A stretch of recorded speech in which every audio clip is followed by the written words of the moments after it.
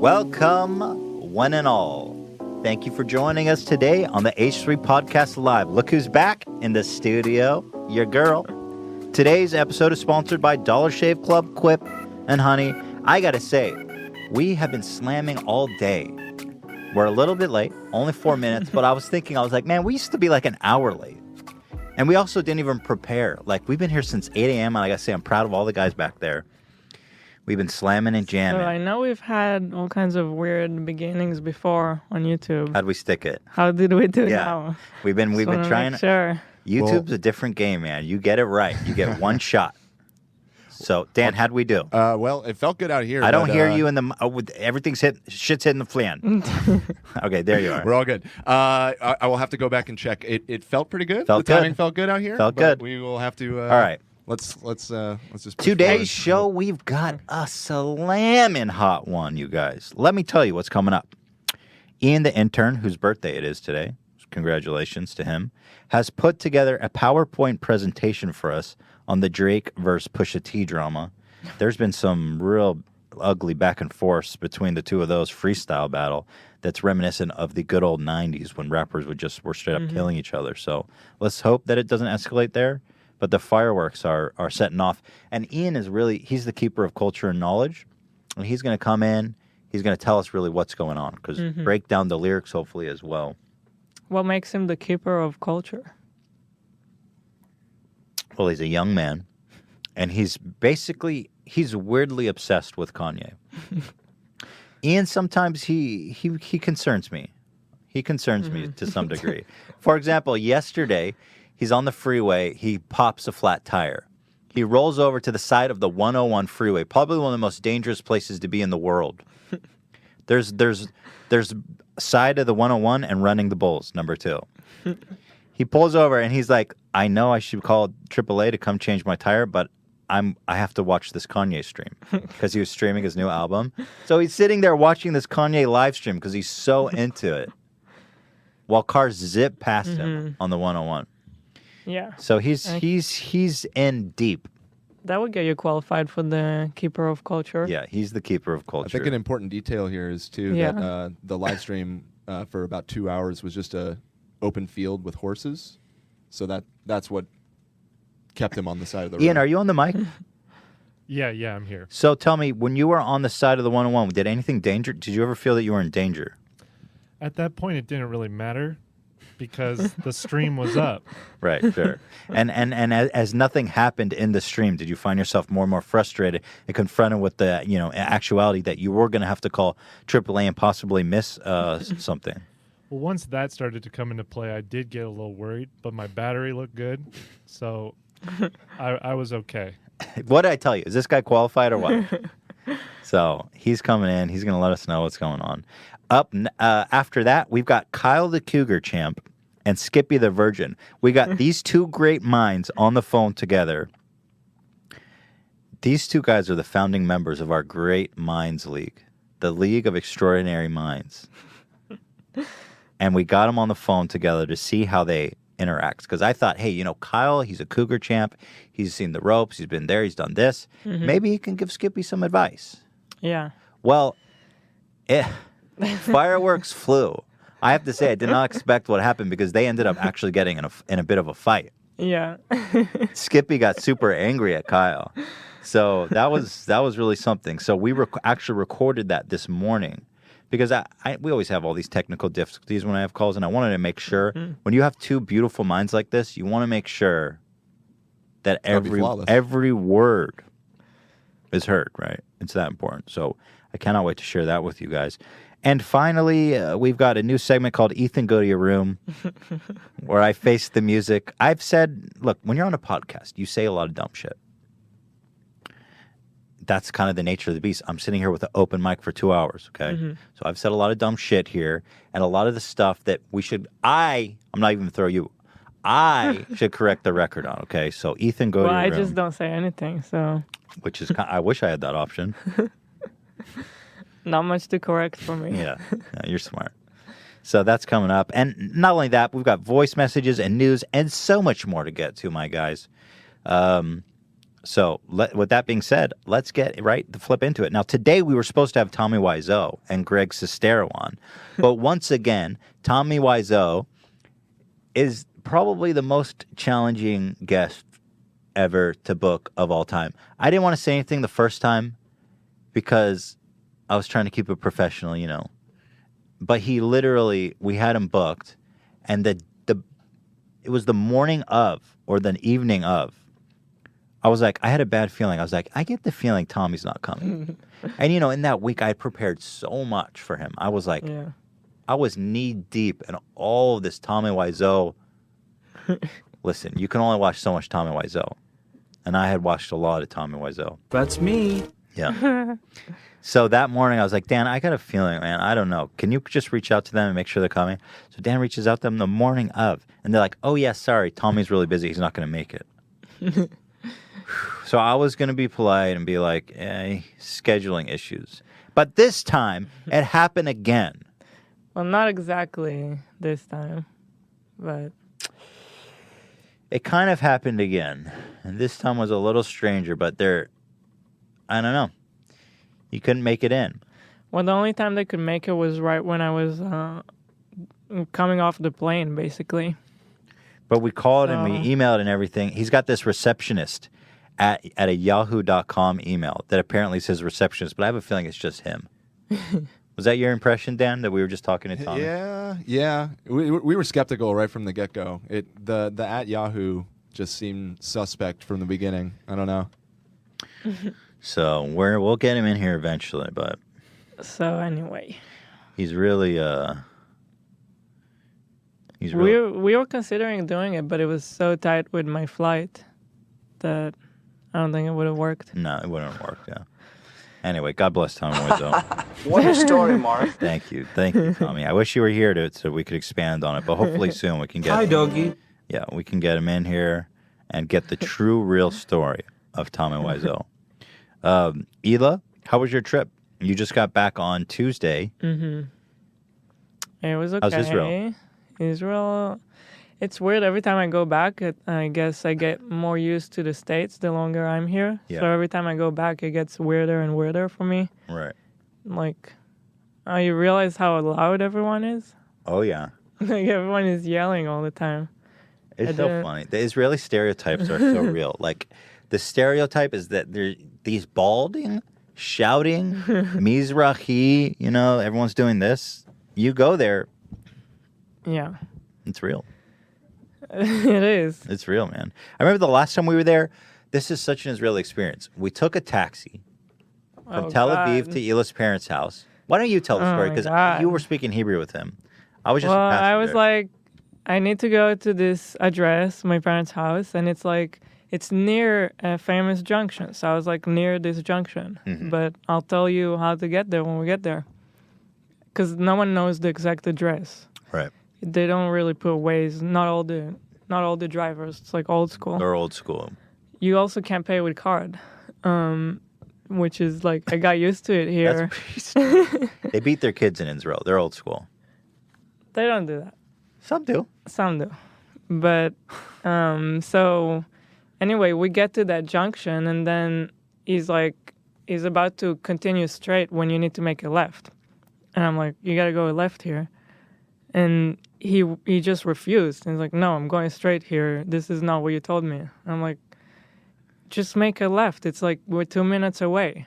And he wouldn't do it. And then we just, I don't even remember. Well, he just kept insisting. We had to, it was on the meter, which is what I didn't understand. Right. We were paying him. We weren't not trying to scam him. He kicked us out basically on the side of the freeway. It was a super busy junction, and we basically got kicked out because this guy refused to drive another 5 minutes to Hila's house. And then he was like, putting on the receipt, like, here's what I'm gonna charge you. When they like close it and it prints the receipt. And I was like, I'm not paying you. You're not taking me where I need to go. Hila was being Israeli. You guys should have seen it. She's shouting in Hebrew. He's shouting in Hebrew. There's all this going on. Can you shout at Hebrew? Do me a favor. Say, I'm not fucking paying you. Say that in Hebrew. I don't curse in Hebrew. I'm not paying you. Say that in Hebrew. אני לא משלמת לך. That's good, but too happy. But anyway. So Israel's yeah, crazy. we got off at the junction, and then I had to call my dad, and he came and picked us up. Yeah. But that's just one little thing that would happen to you. That's typical. Yeah, that's Israel. But one thing that did happen that is worth talking about is that Hila's brand new MacBook Air, I don't think you're going to correct me now, that you dropped $3,400 on, stopped working. It wouldn't charge. Yeah, I don't know why. I plugged it in, left for the whole day. I was like, I'm gonna come back. It would be fully charged, and then it was dead. I just found that so hilarious. You know, I'm sorry. When you spent, I had a converter, Yeah. and I don't know what happened. It was supposed to work. yeah, I know when you spent $3,400, it's gotta work. It's only been like a month. Yeah. I gotta say that my Razer laptop that costs $1,000 less has been kicking butt. Yeah. 'Cause once but again, you didn't take it to Israel, so What? There's just something in the air there. He gets yelled at by too many Israelis. It just stops Yeah. working. But the Razer laptop is really slamming. I got to say, 2,000, 3,000. I've been loving. I set this up at my TV in our bedroom. I plug in a wireless keyboard and mouse, and I game PC games on my TV with this baby, and it crushes.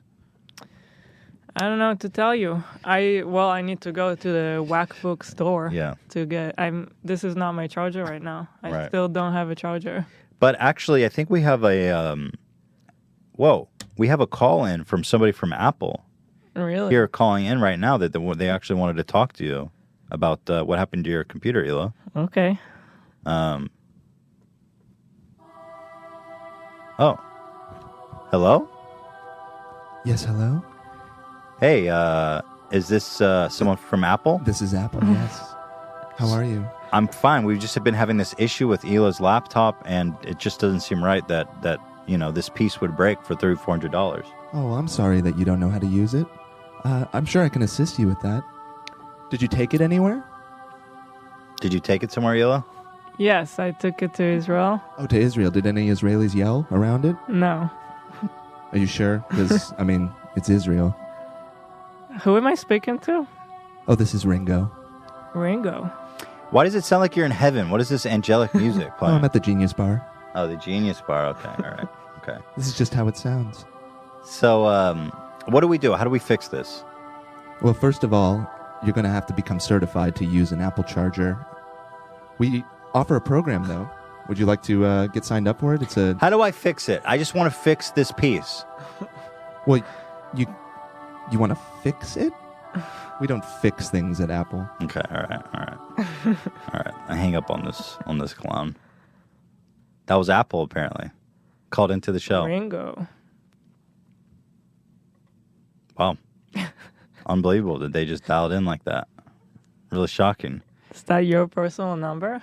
Yeah, I'm dialed in, We're on tight. All right. I saw this video. This is so good. Ryan Seacrest. Ryan Seacrest, he seems like such a wholesome guy, right? Yeah, but he's not. Well, Right? I don't know if we can. Well, here's the clip, and this is just so good. I actually thought he was gay. I almost didn't even have a doubt about it. But what is the show? American Idol or what was it? What's the name of the show? Top. One of those. One of these talent shows, whatever. They're all the same. I don't know how they fucked up this bad. He doesn't know that they came back, and he's flirting with Katy Perry, like in a really creepy way. And it just blows my mind that a show this big could blunder like they didn't know they were back. Well, just go ahead and play it, Dan. We're on. The mom's pretty. My mom? Well, I hope the apple doesn't fall far from the tree. You are too, but you're not a mom. Yeah. Not yet. Want to talk about it? What? I'm late too. Stop. Don't start. His face when he's like, I think we're back. Yes. Is this real TV? Oh, this is it. Are we professionals? Yeah. Damn. We're on. I've seen people saying, they thought maybe it was a bit, but there's a moment when he looks his up face, yeah. and he does one of these, right? And you're like, that's real. He says to her, he says, your mom's hot. Yeah. And then he says, you're not a mom yet. Do you want to talk about it? It's weird. But it's so beautiful that this was captured live. Ryan Seacrest like, bro, this is not the time or place. Even like, is this a Me Too moment? Is this a subtle Me Too moment? To have the balls to creep on her that blatantly, right? Were there allegations about him too? And like the Me Too stuff? I think there was something about a hairdresser. I don't remember what the allegations were.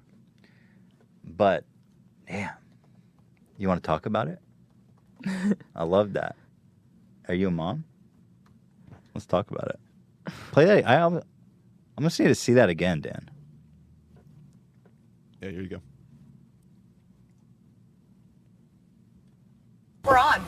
Your mom's pretty. My mom? Well, I hope And the the apple pen. doesn't fall far from the tree. The pen clicking on the table. Like, You are too. But you're not a mom. Yeah. Not is yet. this Wanna the talk about it? conversations that take place off screen? Yeah. Don't start.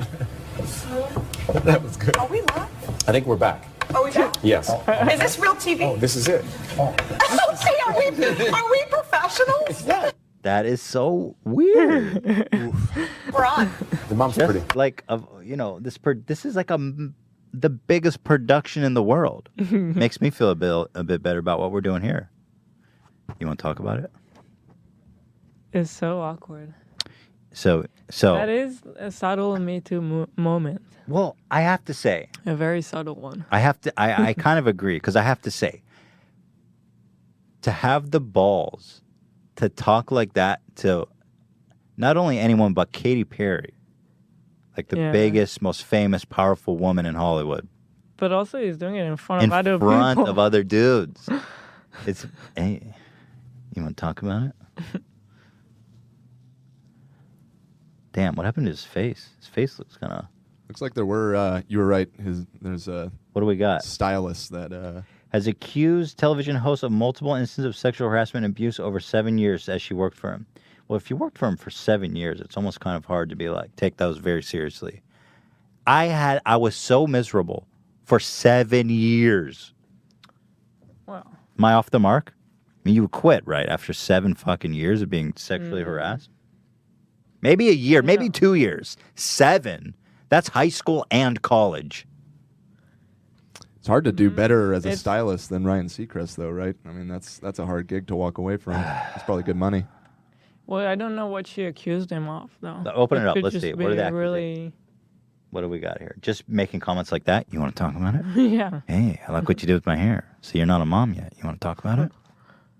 What can I do? Can I help you become a mom?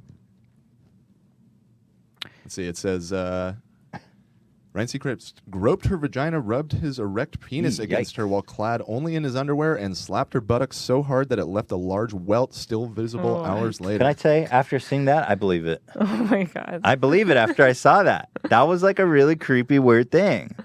You want to talk about it? Yeah. Your mom's hot. Your mom's hot. Can I rub my boner on you? You want to talk about making a baby? Kind of interesting. Who does that? Can you imagine doing that? But if I'm Ryan Seacrest, I wouldn't even... Like, you know that it's a hard cut back to live television. I wouldn't even fucking blink. Yeah. If you're going to be a creepy weirdo, do it, like, after the show. Yeah. I wonder if she's so, like, protected that he almost doesn't even have access to her. He's like, shit, this is my only time to make a pass on Katy Perry in between in the commercials. Yeah. Also, it takes a lot of... I mean, I know you're Ryan Seacrest and you're kind of a big deal, but come on, dog, you're not. You're not Katy Perry material. Right? Come on.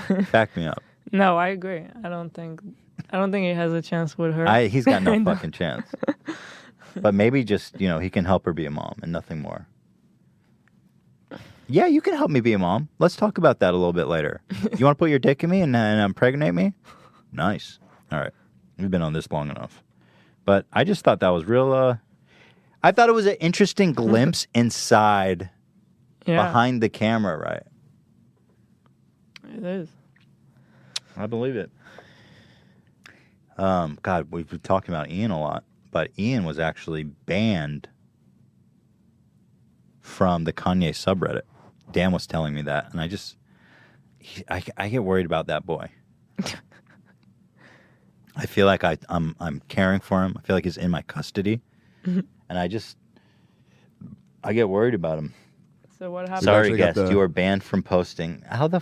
I don't think it wasn't the subreddit, right? Oh yeah, it was like your mic's open. Go ahead. No, it's the main Kanye fan site. It's called KanyeToThe.com. KanyeToThe.com. And you've been basically thrown out of this community, Ian. Yeah, they got me out of there pretty quick. Why don't you come in here? Come in here. Because we're going to get into the Drake Pusha T thing. Let's get your ass in here. We got a lot to talk about.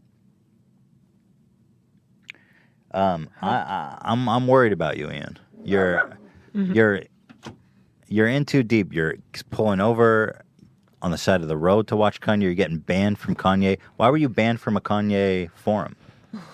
To not go too much into it, I posted a leak to an unreleased song, and that is not in the rules. Did you know it wasn't in the rules when you posted it? Yes. So why did you do it? To seem like I was in the know.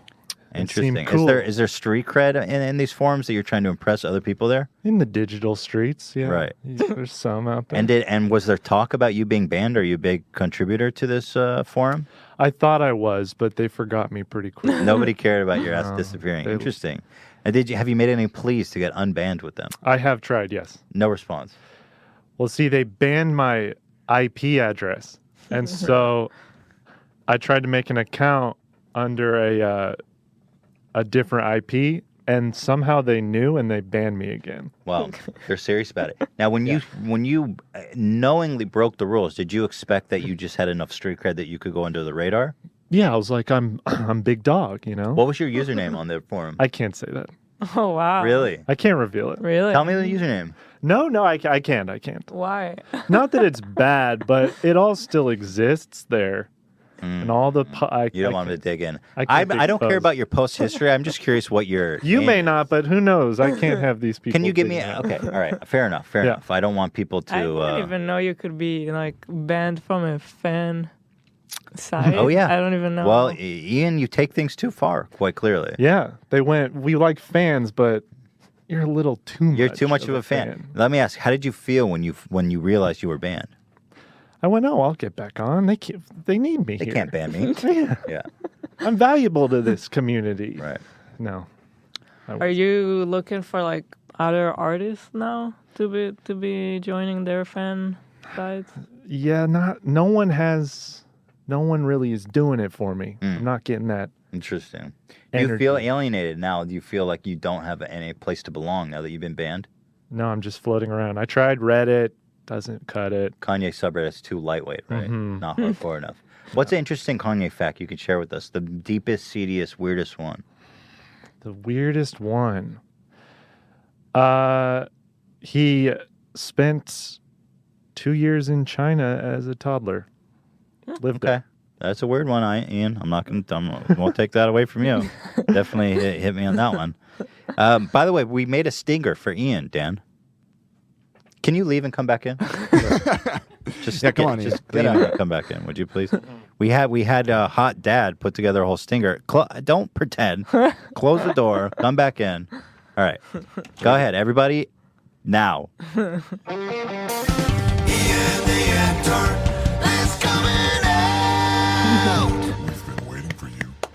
Very good. Very nice. By the way, I'm announcing anybody out there who's up for the challenge. I want to make an Ian the Intern song competition.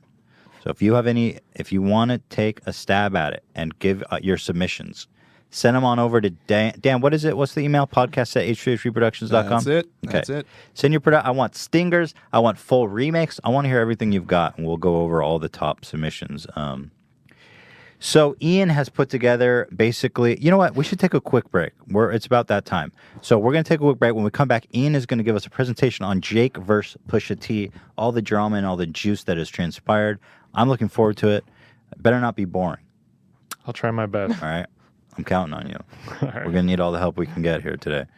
All right. Don't go away. We'll be right back. Dollar Shave Club delivers everything you need to look, feel, and smell your very best. You name it. Shampoo, conditioner, body wash, toothpaste, hair gel, even a wipe that will leave your tush feeling tingly clean, which is the perfect adjective to describe my anus. Tingly. I'm a big fan of their amber and lavender calming body wash. I got to tell you, it's masculine, but it smells good. People will give you a sniff and they'll say, yes, it smells flowery and lavendery, but it's still masculine, right? And I know you know what I mean. Hila, she cuddles up to me sometimes and she smells me. And I'm like, come on. She's like, no. I've never. Amber. That lavender, that amber. I'm like, all right, dude. Give me some space for Christ's sake. You're crowding me. It's that good. All of Dollar Shave Club's products are made from top shelf ingredients that won't break your budget. You'll feel the difference. Plus, shipping is included with your membership. And here's a great way to try a bunch of Dollar Shave Club products for just $5. You can get their daily essential starter set. It comes with body cleanser, one wipe Charlie's, their amazing tingly-inducing butt wipes, their world-famous shave butter, and their best razors. You know it. You love it. The 6-blade executive, weighty, meaty handle. Make your face tingle. You'd be tingling all over, boy. How about this? Your anus isn't the only place you'll be tingling. Good pitch for Dollar Shave Club. Keep the blades coming for a few bucks more a month and add in shampoo, toothpaste, or anything else you need for the bathroom. Check it all out at dollarshaveclub.com/H3. That's dollarshaveclub.com/H3. Thank you guys so much for supporting our sponsor. Thank you, Dollar Shave Club. Let's get right back into it, shall we? Got him. Ian the Intern is coming out. All right. We've been waiting for you. Thank you guys for sticking around. We're back. First of all, before we get into this, Ian, it is your birthday. Yeah. And how old are you today? 24. Well, as you know, we are worried about you. You have some strange habits. We love you. We appreciate you. You do good work. And we want to show a gesture and take care of you. Can you look under your seat, please? I have repeatedly said that I am Oprah. And as Oprah does, you know that I always come bearing gifts. Oh, man. I thought you were tricking me. Nope, not a joke. Read it. Okay. Read it. Read what's on the front. It says, happy birthday, Ian the Intern from the entire H3 gang. Open it up. Boy, this is He's exciting. opening the envelope. I've always wanted to get Oprah. You're getting You got Oprah right now, Oprah. my dog. Go ahead. Come on. Describe what's... Okay. Happy birthday from the H3 It says gang. the same thing, actually. All right. Really drill it in. Only use on salmon burritos. What is it? A $50 Sharky's card. $50 Sharky's gift card.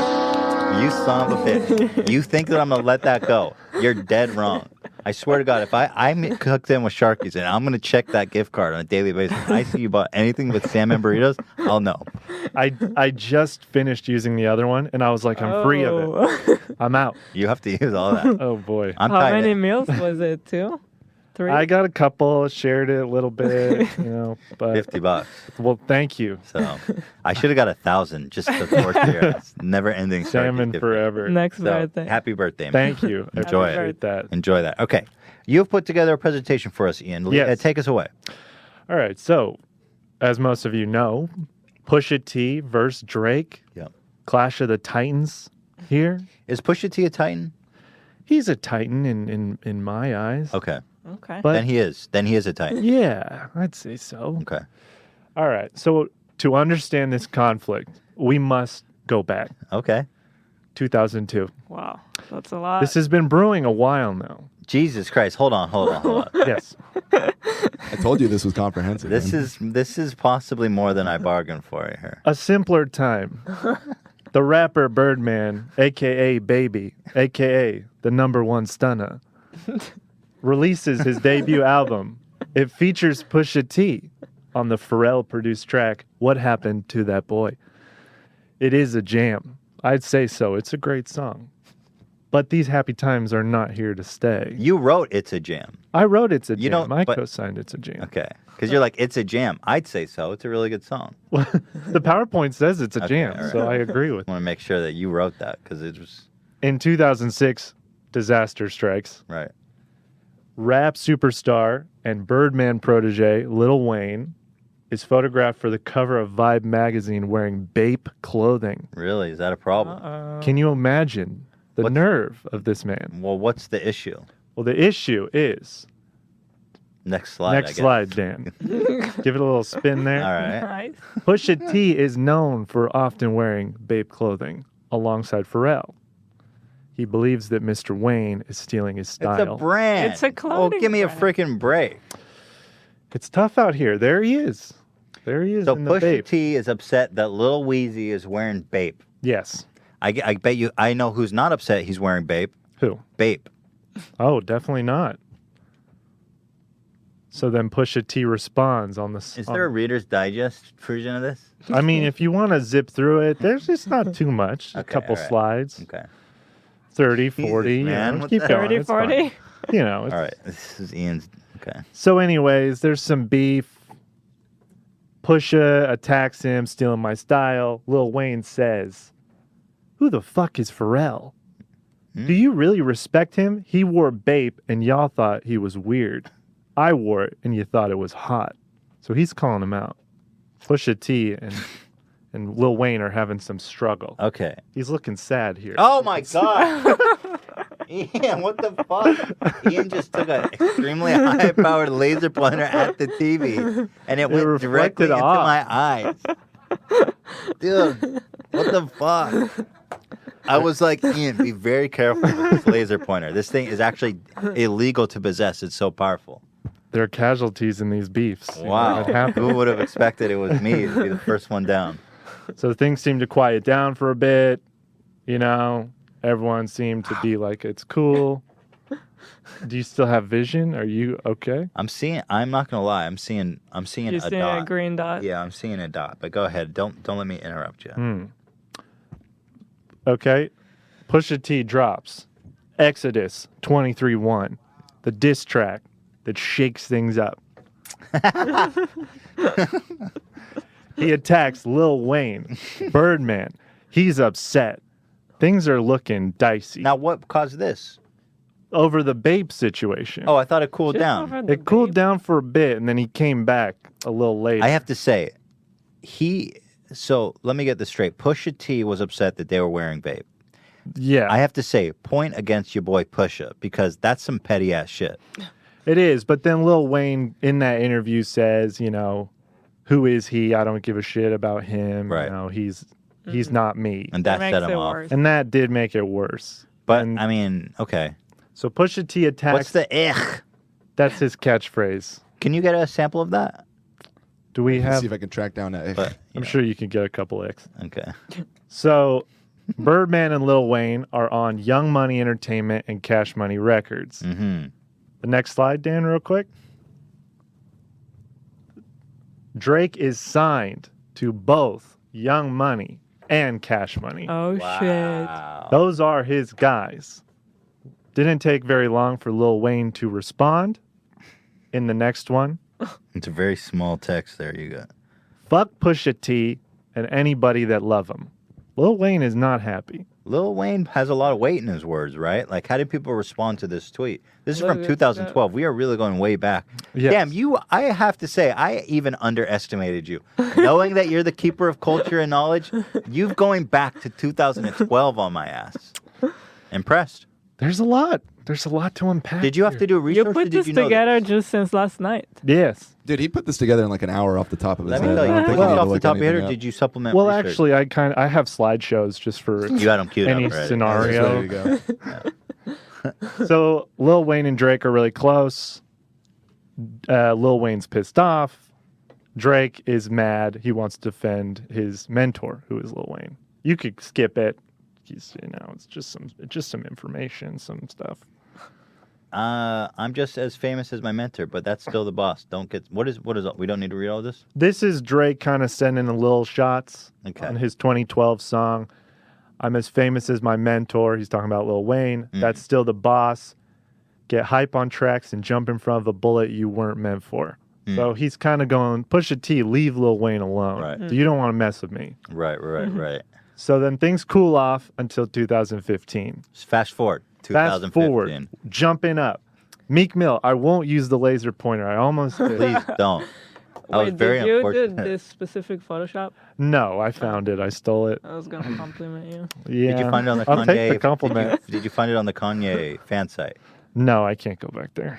Can't go back. Now let me tell. I want to ask: when you go to the website, is it just straight blocked out, or or it doesn't allow you to log in? Can you view other people's I can posts? view it, yeah. Okay. They let you give a taste. Have you tried a VPN? Yes. And they found out and They banned found you. out. Yeah. That is fucking. If I bad, could make bro. like a plea, will you guys let me back? Now, please? are you kidding, or is it really that important to you? Well, I mean, it's like album time. There's a lot of discussion. I can't get in on it. But you can read it, but you can't participate. Is that really a big deal for you? I've got insights. I've got Right. stuff to say. I've got PowerPoints. Right. How many? And I want to know specifically how many hours a week do you spend on that website before you were banned? I don't know if I want to think about that information. It's a lot. It's a lot. I gotta say, you're interesting. You're an enigma, Ian. I don't know. I mean, I'm mesmerized by that guy. So, and I Sure, know a yeah, lot about okay, him. But, right. anyways, I want to know what is your forum name something interesting? Is it something that would make me laugh? no. It's just some random stuff. Yeah, just Okay. random. Okay. Would you tell me if it was? Yeah. Okay. All right. Let's continue. Okay, so Meek Mill comes in. You guys may have heard of this back in the day. Meek Mill tweets this out. Stop comparing Drake to me. He don't write his own raps. Ouch. That's why he ain't tweet my album, because we found out. Wow. Big Meek- shots fired. He exposes Drake, says he uses ghostwriters. Can I point something out that I Yes. find interesting?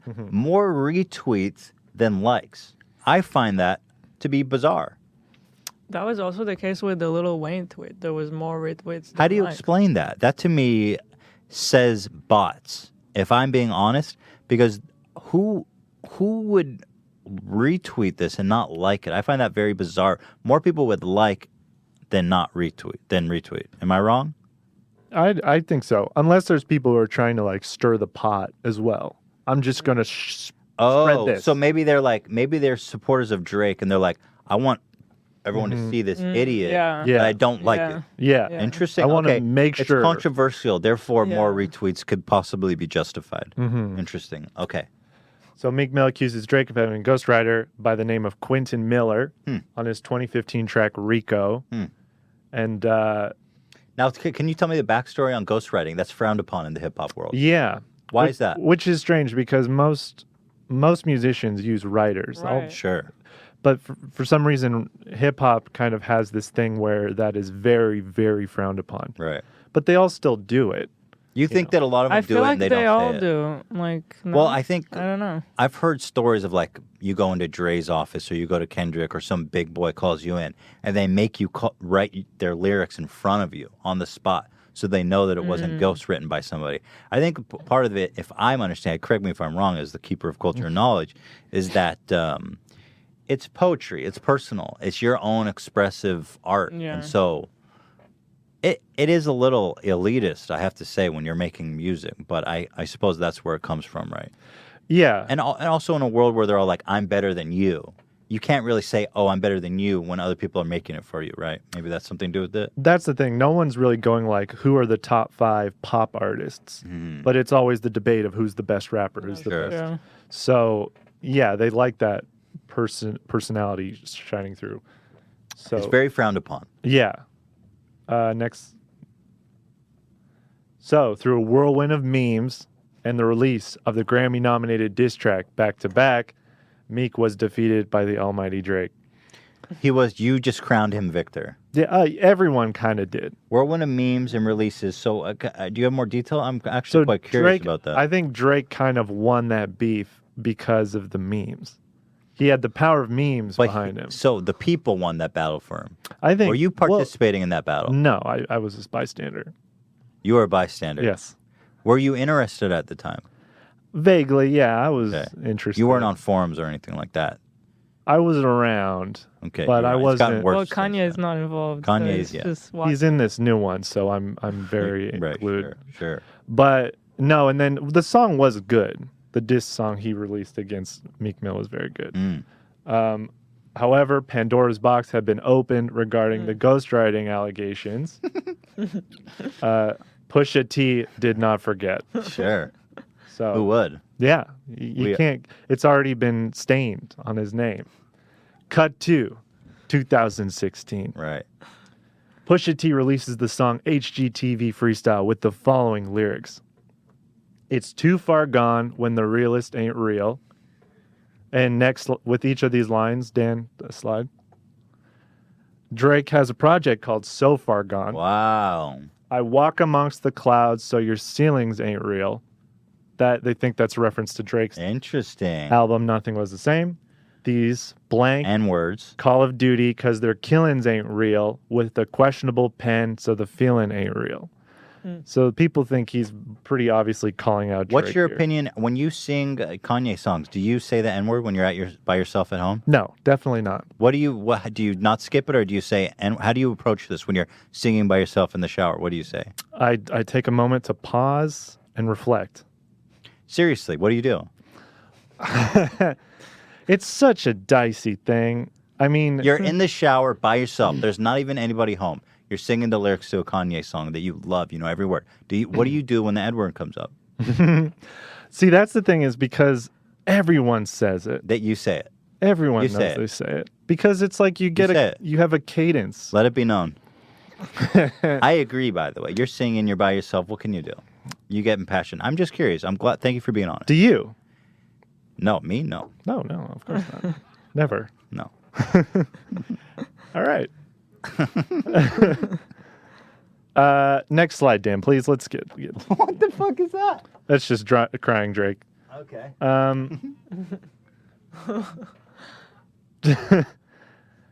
So, 2 weeks later, Drake replies on his song Two Birds, One Stone, questioning the legitimacy of Pusha T's drug dealing past. Pusha T is always rapping about how he sells cocaine. Okay. That's his thing. Drake is, yeah. He's not happy about the disses thrown his way, the accusations. Yeah, he's getting kind of annoyed of everyone saying he writes. Are we milking this? Is this going too long? I'm actually interested. I'm intrigued. Said. If Has you want to everybody kick me off. Has everybody stopped watching by now? I'm actually in deep. Views The are up views from when are you the last Views are up. same. So Yeah, Yeah. play the stinger. Play the stinger. Yes. Ian the Intern is coming All right, go ahead. We've been waiting for you. We've been waiting. Thank you. Drake replies, really, it's you with the drug stories. That's got to stop, though. You made a couple of chops. Now you think you're Chapo. If you ask me, though, you ain't lining the trunk with kilos. You bagging weed, watching Pacino with all your blank. N-words. Like, this is what we need to be on, but you never went live. You're a middleman in this. You're not one of those guys. Wow. So he's saying all of the You're stuff. not hard. Yeah, everything you rap about is fake. Sure. He also attacks Kid Cudi on the song, who also brought up his ghostwriting allegations on Twitter. Okay, so Drake is attacking Pusha T for being affiliated with Kid Cudi, who's been alleged to have ghostwriters as well. No, Kid Cudi called out Drake for having ghostwriters. Oh, everybody's Okay. piling on Drake. yeah. And Pusha T and Kid Cudi are close. They're Interesting. So Drake kind of goes, you were the man on the moon, now you're going through your phases. You stay zanned and perked up, so when reality sets in, you don't have to face it. Look what happens soon as you talk to me crazy. Is you crazy? That's a strong. Those are pretty strong words to accuse a man of being a drug addict. And that's right before that, with the next slide, Dan. Cudi had recently checked into a rehabilitation clinic for substance abuse and suicidal tendencies That's at pretty the time. mean-spirited. Now, was his words before or after the check-in? I think it was after. Okay, so that's putting salt in the wound there. Yeah. Cudi is in a rehab at the time. And he tweeted this at Drake, say it to my face, pussy. You think it's a game? I want to see you say it to my face. I'll be out soon. Whoa, I didn't realize. Okay, this is interesting now. This is actually heating up quite a bit. We're only 16 slides in. Let me ask you, what kind of guy do you think Drake is? Do you think that he's misunderstood? Because this is mean, and I see Cuddy is taking it really very personal. Well, that was the thing at which I wanted to include this because so many people are going, Drake is getting attacked too hard right now. And I'm like... He had it coming, kind of, If you go back a little, he called out Kid Cudi, who couldn't respond. He was in a rehab clinic at the time. For suicidal tendencies of all things. You need tenderness and understanding at that point. Yeah, and in his lines, he's like, you talk to me crazy, are you crazy? Right. And people kind of called him my out. first reaction to the Pusha T was that, wow, maybe he went too far. Yeah. Or not, maybe it was one of my reactions. But the whole context is fascinating. Yeah. Let's proceed. Yeah, so after this, Pusha T drops a bombshell. Daytona, the 7-track Coke Rap Home Run Album of the Year contender. Well, was it well, we know that the year is over, so album of the year is it? No, this came out last week. Oh. So this is Wait, we're up We to date. jumped. There was We're a up to quiet date. period, yes. And on this one, Kanye produced it. Yes, he produced right. every This song. is the infamous picture. So this just happened. Yes. Album of the year contender. I think so, yes. In contention with Kanye's. Yeah. Yeah, I think Who's edging out right now? I mean, I haven't heard Kanye's album enough. Okay, let's continue. So on this is what really got it kicked off. There's a track on there called Infrared where Pusha T says it was written like Nas, but it came from Quentin. His infamous ghostwriter. Quentin Miller. Do we know who Quentin Miller is? Yeah, he's a rapper from Toronto. And Drake's hometown. Yeah, and he helped write a couple of Drake's songs from his 2015 album. And then after all this came out, he kind of disappeared. Drake dumped him real quick after this. You think Drake dumped him, Mm-hmm. but allegedly he has more ghostwriters swooping in and helping him out. Yeah, I think people kind of think that is the case. Well, the accusation that it's from Quentin then is blatantly false. Well, it's just he's bringing back because Quentin's he's the most known name. So it's just saying you had a ghostwriter. Yeah. Got it. Yeah, exactly. So this was no more subliminal shots. This was a blatant swing at the Champagne Poppy 6 god himself. Right. Drake. Pusha also used the track to further attack Birdman and Lil Wayne. He calls them out by name in this song, who Drake is, very close with. Sure. So the game was afoot. The game was afoot. And we are getting close. We're almost all caught up here. This is exciting stuff, you guys. Are the numbers still going up, Dan? We're about holding steady now, but we're doing okay. We're doing okay. Okay. We're almost out of No lost Go ahead. viewers so Go far. ahead. Is everybody in bated breath? Go ahead. In less than 24 hours after this song comes out, Drake fires back on the song Duppy Freestyle. What's the significance of Dubby? Duppy is, it means ghost. And I think like patois, I think. What's patois? It's ghost. It's like a slang term for ghost. So what is the significance? He's acknowledging He's like that saying, he's I'm making you into a ghost. Okay, you're a ghost. Okay, interesting. Yeah. Interesting. So he releases this. He attacks Pusha T. He attacks I see. Kanye Actually, West. you wrote lobs projectiles. He lobs projectiles. Yeah, I like that. He says, so if you rebuke me for working with someone else on a couple of verses, what do you really think of the blank that's making your beats? I've done N-word. Yeah. I've done things for him I thought he never would need. Father had to stretch his hands out and get it from me. I pop style for 30 hours, then let him repeat. So he's saying he wrote for Kanye, which he did. He wrote lyrics for Kanye West. So there's a tweet there. Drake wrote for Kanye. Yeah. Interesting. And Kanye is Pusha T's boss. So he's essentially So going... what's the difference between writing for someone and ghostwriting? And ghostwriting? Well, that's the thing is Kanye clearly acknowledged... He tweeted saying, I want to thank my brother Drizzy for helping me on 30 Hours and Father Stretch My Hands. Those are the songs.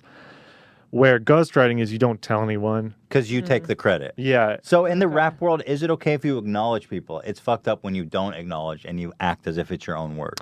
Yeah. That's I mean, the distinction. even if you have writers, though, people still kind of look down on that a little bit. So does someone like Kanye get beef for a tweet like this? No, because he's like a producer as well. He produces a lot, and he's kind of the same as Dr. Dre. Dr. Dre has a lot of writers as well. Okay. But he does a lot of production. Sure. So people kind of forgive it. He's a jack of all trades. Yeah. Okay. So when you do that, they're kind of like, oh, okay, well. He's got a lot on his hands. Yeah, exactly. Okay. Interesting. So that happened. So this is a little more aspect of the drama that Kanye, who's on the other side of Drake now, was once thanking Drake for his input. And Drake is using that against Pusha T. Yeah, because Drake also in this song mentions that he just was in Wyoming like a few weeks ago writing for Kanye. Interesting. For his new album, which came out today. Wow. So he's kind of pissed off because he's like, I keep helping you guys and your guys are just attacking me all the time. Right. So he's getting kind of fed up. I can tell it's boiling up. This is not jokes. This is not like them just playing around. This seems to be real beef that these guys actually really hate each other, if I had to guess. Yeah. Yeah. So it's pretty much, and then with the next slide, some other lyrics. Please. It's going to be a cruel summer for you. I told Wayne and Birdman I'm done him for you. Can I ask you? You have in parentheses Wayne and Birdman. You've substituted out and then noted it properly. Yes. Look, seeing that correctly?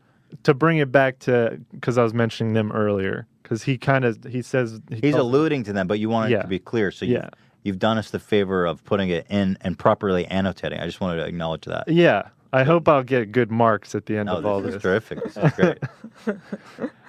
We got an invoice coming to you, considering we just sold another 20 for you. So he sends them an invoice for promotional assistance and career reviving. 100,000. 100,000. Is that a good deal? Kind of. Yeah. That's not a bad deal. Yeah, I think so. And there's some other lines. He calls out his drug dealing again and says, go ahead, read it. I'm intrigued. Don't. Let's hear it. He says, your brother said it was your cousin, then him, then you. So you don't rap what you did. You just rap what you knew. Got it. Pusha T's brother he's saying he was more involved in the business, and He's Pusha T taking was credit. just watching. Got it. Yeah.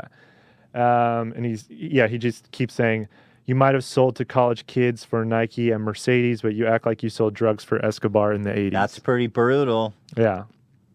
So that's a good line. Yeah. That's a good line. It's a good song. So basically what's happened is these guys were kind of flirting with each other, but suddenly, in Pusha T's recent album, he took a more overt shot, and as you said, the game was afoot. And that set Drake off, and now the gloves are off, and Drake is saying, you know what? Fuck this guy.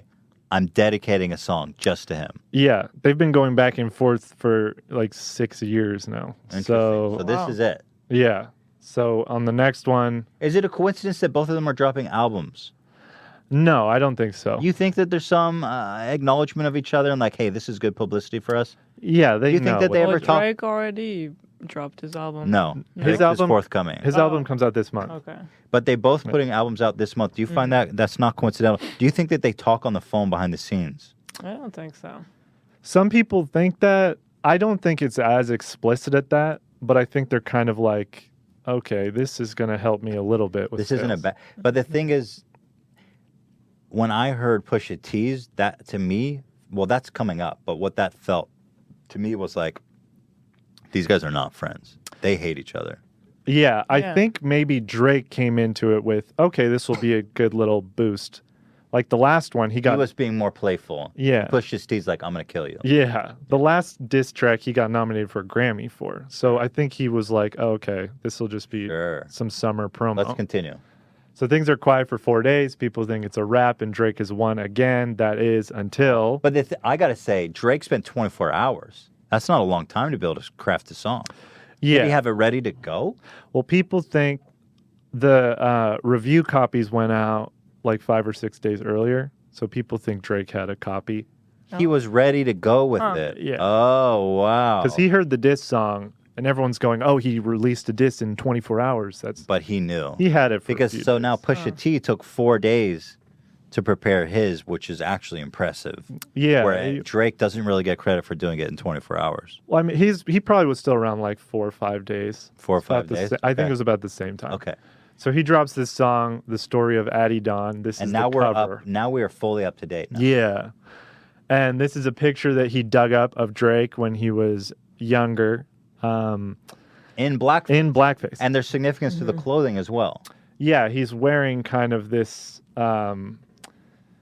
It's from a clothing brand that's supposed to be kind of like an artistic depiction, but just blatantly seen like this, it does look very offensive. Let me say this before we get deep into the story of Adidon, when things really heat up. Let's throw it to a quick commercial break, and we will be right back. Stay tuned, y'all. You know, the stories about Buddha are told wrong. The truth is, he was enlightened once he used the Quip electric toothbrush, and only until then. That's right. This is the toothbrush that Buddha was reincarnated with, and he took up to heaven. It's that great. Let me tell you, I'm obsessed with oral hygiene, and I hate shopping for toothbrushes because it's too firm, it's too soft, it's all wrong. You get an electric toothbrush that's good, it costs $200, and it's got a huge battery pack that fits in your garage. You have to charge it in your garage. Not this. This is a Quip electric toothbrush. It's incredible. You push the button, it vibrates. Brush, brush, brush. It goes for how long? 2 minutes? 2 minutes. Yeah. After 1 minute, it pulsates and reminds you, hey, idiot, brush the bottom. That part needs to be clean too. So you get a perfect clean brush, just like your doctor recommends. Or your mother. There's a little voice inside of here. It's your mom and your dentist that says, hey, switch it up. And lets you know when you're done.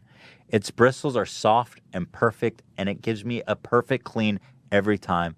I love this toothbrush. I can't endorse it enough. The best part about this toothbrush is that it just starts at $25. Go to getquip.com/H3 right frickin' now, and you'll get your first refill pack, which is this top part here. It just pops off, and every couple months you just put a new one on. Bob's your uncle. You get that first refill pack free with a Quip electric toothbrush. Listen, it's a game changer. It's really one of those perfect little inventions that's so brilliant. I'm saying, just give it a shot. You're going to love this thing. That's your first refill pack free at getquip.com/H3, spelled GETQUIP.com/H3. Don't take it from me. Give it a shot. Hila, tell me about Quip. I love it. Look at this. Brush once, transcend into the afterlife and enlightenment. You're gonna die. Essentially, that's a bad way to phrase it. You're not gonna. You're gonna think you died. How about that? Get Quip. Thank you for sponsoring us. God bless America. Close the door. Hey, we're back. I had to pee. I had to run. Okay. Real quick, we have just an important update that happened during the break there. I received an email from a moderator of the Kanye fan site who is offering to unban Ian. Is this real? Yeah, this is real. I mean, no way. He could be trolling. I don't know, but somebody. Does he have any proof? Well, he didn't offer any proof, but This is kind of what you were hoping for. Yeah. Okay, let me ask this: would you know his username if he said it? Do you know all the moderators' username? No, I don't think so. Okay. I mean, well, if you're still listening, moderator, I saw your email. Email again with some proof, and let's get we'll some get proof. this going. But wouldn't that be a wonderful birthday gift to you? That'll be great. All right, where were we? The story of Adidon. So we've got Drake and blackface. To explain the significance. How he's a black man. So what? So I mean, what's going on here? Yeah, I think there's maybe more nuance to it, but it's very kind of. People are having a very visceral reaction. Obviously, it's like blackface. It really Never hits good. you there. Yeah.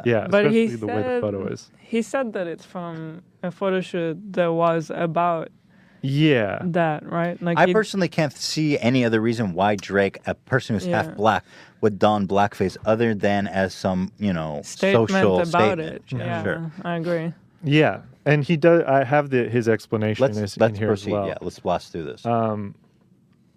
So he releases the story of Adidon. He attacks Drake's father, his mother, Drake's best friend for having the disease MS. That's tough. That's not really something to criticize. Yeah. You MS having son of a gun. Yeah, the way he says it. You have lines? Yeah, his producer's name is 40. And he's hunched over like he's 80. Yeah. Tick, tick, tick.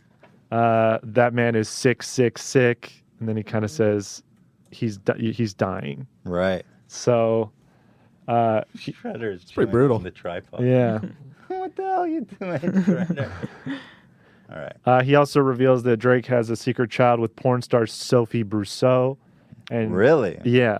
And kind of says that Drake is a deadbeat dad. And someone dug up a tweet of hers where she said that. She said, fuck Drake, he's a deadbeat dad. About the baby daddy.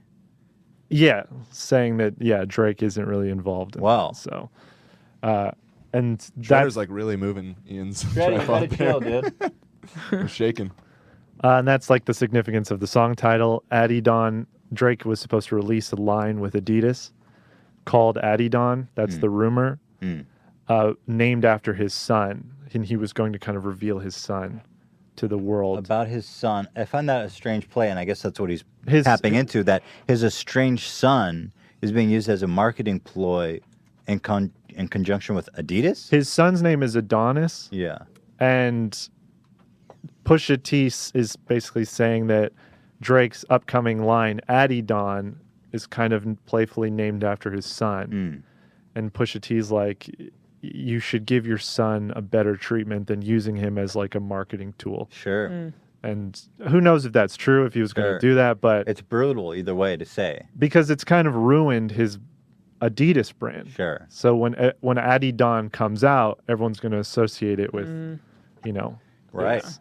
Okay. So, anyways, and that brings us to now. Drake brought out the iPhone Notes app to try and explain himself and the intention behind the blackface photos. Yeah. And so he says, I know everyone's enjoying this. You go ahead and read it. I know everyone is enjoying the circus, but I want to clarify this image in question. This was not from a clothing brand shoot or my music career. This picture is from 2007, a time in my life where I was an actor and I was working on a project that was about young black actors struggling to get roles, being stereotyped and typecast. The photos. Got it. I got it. Okay. But I find that a little bit questionable to attack a black man for going in blackface when he did it as part of a shoot to bring awareness to the issue of black people having troubles getting jobs. Seems a little bit underhanded. I mean, that's what he says. That's what he says, but I can't imagine why else would he do Well, it's a- blackface as yeah. a black guy. But it is a great little diss. I mean, if he's looking to destroy the guy. So is that Yeah, that's it. that wraps it up? Yeah. So who's winning right now in your Pusha T. is Pusha T. winning, yeah. The last one really put it over the top. didn't it? Once anyone opens the iPhone Notes app, it's You lost already. Yeah. Like you're already explaining the iPhone's note app. no one's ever used that to explain something good. Right, sure. So basically that alone has disqualified Drake from this round. yeah, and Pusha T tweeted last night actually saying that he hears Drake is offering $100,000 for anyone who has dirt on Pusha T. That's pretty desperate, eh? And Pusha T is like, you're not going to find skeletons that aren't there. Interesting. So, Do you think that Drake is going to fire back? Are you anticipating it? I think he will, but he's kind of running out of time, I guess. So. Okay. All right. Anyways. With that being said, Ian, thank you so much for sharing your knowledge and your Thank culture. you for I appreciate humoring you me. coming out. Happy birthday. Thank you. I can't believe you put this together so fast. Yeah, like I said, this boy, he ain't right. But we love you here, regardless of that, okay? Yeah, exactly. Thank you. All right. Whew. Well, I have to say, it was long. It went on a very long time. A lot of details. I was intrigued. I learned a lot. Yeah, I did feel like I was finally learning because I've seen it everywhere lately and I didn't know Right. anything about it. Right. Well, now we I all don't know know. how many people like follow the details. Right. Now we all know. TV's worst makeover disaster. This clip is great. We're going to watch this clip and then we'll jump into the Skippy Kyle call. You guys could probably tell we're trying to produce this thing a little better, right? I don't know if it's working exactly, but we've got clips, we've got segments. We're trying to be more organized and less loose. You know, I don't know how this is going, but we're trying. I think there's probably a happy medium between like being like super fucking prepared and being more loose that we'll figure out. Yeah. But our intention is to, we want to elevate the show. We're trying stuff out. Trying to spice it up. We're trying to spice it up here. I hope you guys are enjoying it, you know. You ready for this cringe? So we've got here the TV. Let's go. I got to set this up. This is from one of these reality shows. Yeah. Well, all these It's makeover like shows. it's like a home makeover. Yeah. That's what it is. This shit is so funny. Like, I feel like almost everybody's always like, it's okay. Right? When you see it. They like go into a tiny room and they like repaint it and they move the furniture and they turn a fireplace into a wall. And they're like, what do you think? It's like, you can tell they're like, I love it. Then it's like, it's okay. In this case, this is truly, truly a disaster. This woman collects antiques. And, well, let's just go ahead and watch it, Dan. Roll it. Shut up! Really loud. Is that better? No. Is it heavy? Yes. Good. Oh, yeah. Only seconds after finishing in Linda's room, disaster struck. The added weight of all those books proved too much for the freestanding shelves. Oh my god. Oh, my God. That is all our teapots. Oh no. That is all our teapots. Oh no. I don't know, Andy. I think we just have to put our hands up on this one. I don't believe this. Oh no, I'm crying now. It's the books. We shouldn't have put the books on.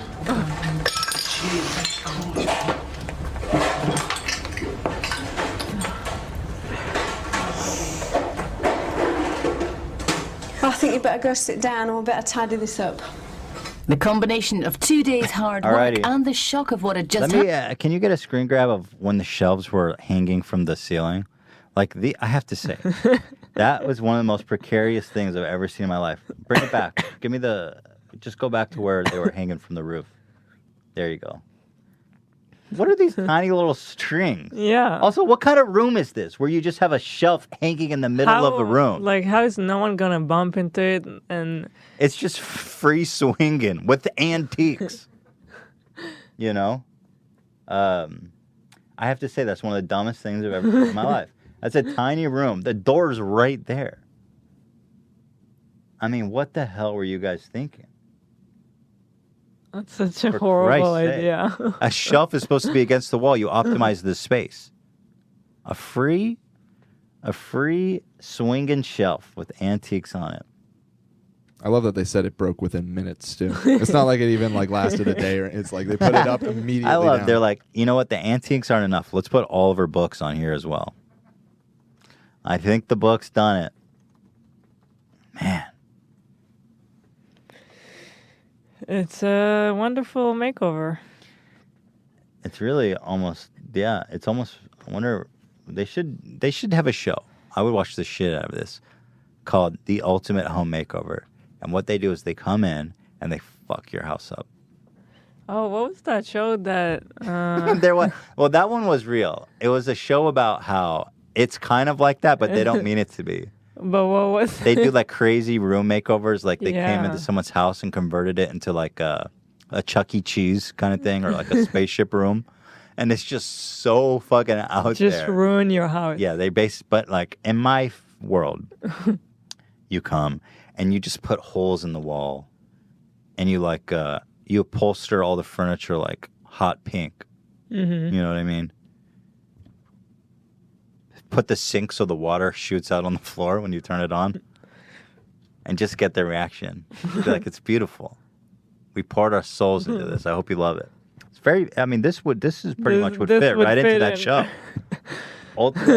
Ultimate room makeovers. I love how confident these guys are. You even qualified? Like, look at this guy in the red sweater acting like he's actually measuring and doing something. Are you just some dude off the street? Do you have a license or qualifications of any kind? Couple strings, couple 2x4s. Forget about it. I told you guys about when I worked on a home improvement reality show like a decade ago. Yeah. Oh yeah. Yeah, I was just a PA, and at least in my, I don't know if this show was like this, but in my experience, they would shoot the contractor, like, you know, the guy in the red sweater, literally just doing what he's doing, like pretending like he's hooking something up, And then as soon as the cameras stop, they just make the PAs do all the work. So that's probably why That's so insane. Yeah, it's crazy. The PAs who don't know anything about building, did they make you do that? Yeah, I didn't know shit. They would like have me laying concrete and like leveling things. Did they explain to you how to do it, or were Yeah, they just give me like a brief little like, you got it. wow? 'Cause they don't actually care about. Did the you ever quality. fuck anyone's house up? I didn't. I remember there was an incident where another PA dragged this. It was like an appliance, like a what do you call it, dishwasher thing. Just dragged it across a wooden floor and just annihilated. Oh. Yeah, he didn't come back. Did they ever fix the floor? Yeah, the production had to pay for it. Yeah. Oh, fucking gold. They're like, you're fired. We expect more of our unpaid interns than that. All right. Up next, we've got the main dish. Fireworks. We said to ourselves, hey, we've got a brilliant idea. Let's get the great minds together. We've got Skippy the Virgin, and we've got Kyle the Grandma Fucker. They're almost like the TLC boys. They are. We posted today a new video about a dude who has sex with his car. Or even, well, that's, I'm not giving enough credit. He's in an intimate relationship. He loves the car. Mm-hmm. It's not just about sex. Yeah. It's about so much more. Sorry to him if I offended him. I really hope he reaches out. You probably One of my would. favorite things is we talk about these TLC videos, and then out of the woods comes these wonderful characters. So Skippy was on TLC? Yes, He was, the right? Virgin. And Kyle. Yeah. So it's almost like the learned boys. I'm trying to think of a good name for the gang we've got here. The great minds of TLC. So we said to ourselves, we have these great, larger than life personalities. Kyle, who's had sex with so many grandmas, who's literally broken vaginas in his time. We talked to him last night trying to set this up. He says, hey guys, I just got done fucking a 79-year-old. He sent us a picture of them together. Skippy, who tapes his dates. Do we have footage of that, Dan? Ooh, we do. I don't think I have it queued up though. Let me see. Skippy recently he does this thing where he goes on dates and he films the whole thing. And let me tell you, folks, that is not. I do have it. It is actually. not You wanna easy to watch sit there. this? You have some like a supercut of it. Yeah, it's just a All right, quick. let's It's like take a a look. minute and a half. Yeah, I don't let's even take have to a watch look. the whole thing. Yeah. Hold on one sec. So Skippy the Virgin, who's a devout Mormon, he defines himself by his virginity, yet he waits for marriage. Good, and I have to say, Skippy, you're not getting any closer with videos like this. Let's watch. This is my date. Her name is Deanna. Hello. We are going to a comedy show. Comedy show. It's Improv a laugh. But they're all getting Skippy rape whistle, no sex for you bracelet, Skippy stickers. I don't even have Standard. these things. You do. So this You is don't? What's the wildest thing you would do for a Klondike bar? Would you kiss a guy for a Klondike bar? We're getting this Can you woman a pause Klondike it? bar. Can you pause it? Klondike bar. I mean, Skippy, you're basically you're approaching her for prostitution in exchange for all things a Klondike bar. It's one thing to get paid $1,000 to suck a guy's dick. It's a whole nother thing to do it for a Klondike bar. Hi, It Shredder. seems like they're having fun though. You think so? Go back. Yeah. Look at her face. Well, everything we saw up to this point was before the Yeah. date, like on the way to the date. Right here is where the attitude changes a little bit. Dan, can you go back 10 seconds and everyone watch her face as he propositions her for a Klondike bar? Right here. You don't? What's the wildest thing you would do for a Klondike bar?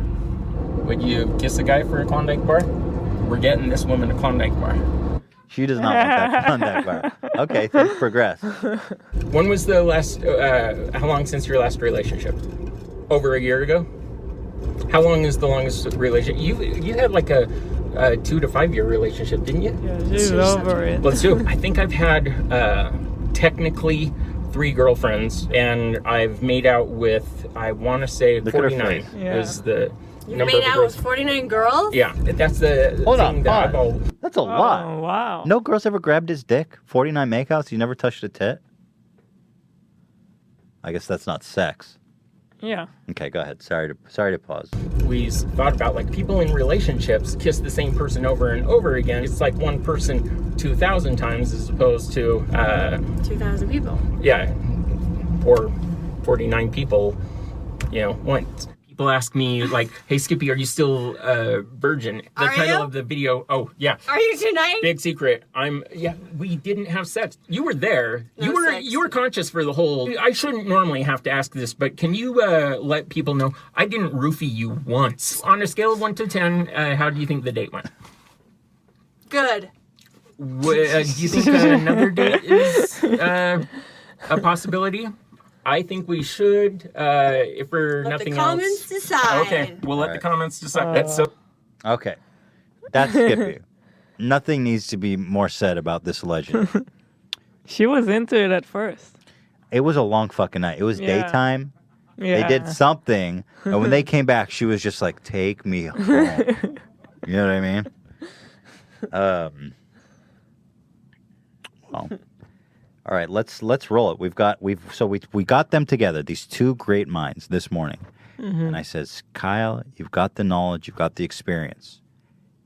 And the old ladies is kind of an easy in too. So can you talk to Skippy? I want to get this guy some play. Mm-hmm. So without further ado, let me tell you, fireworks. It started one way and it ended a whole nother way with them, with Skippy actually yelling at Kyle. Unbelievable. What a treat. With that being said, let's enjoy the show.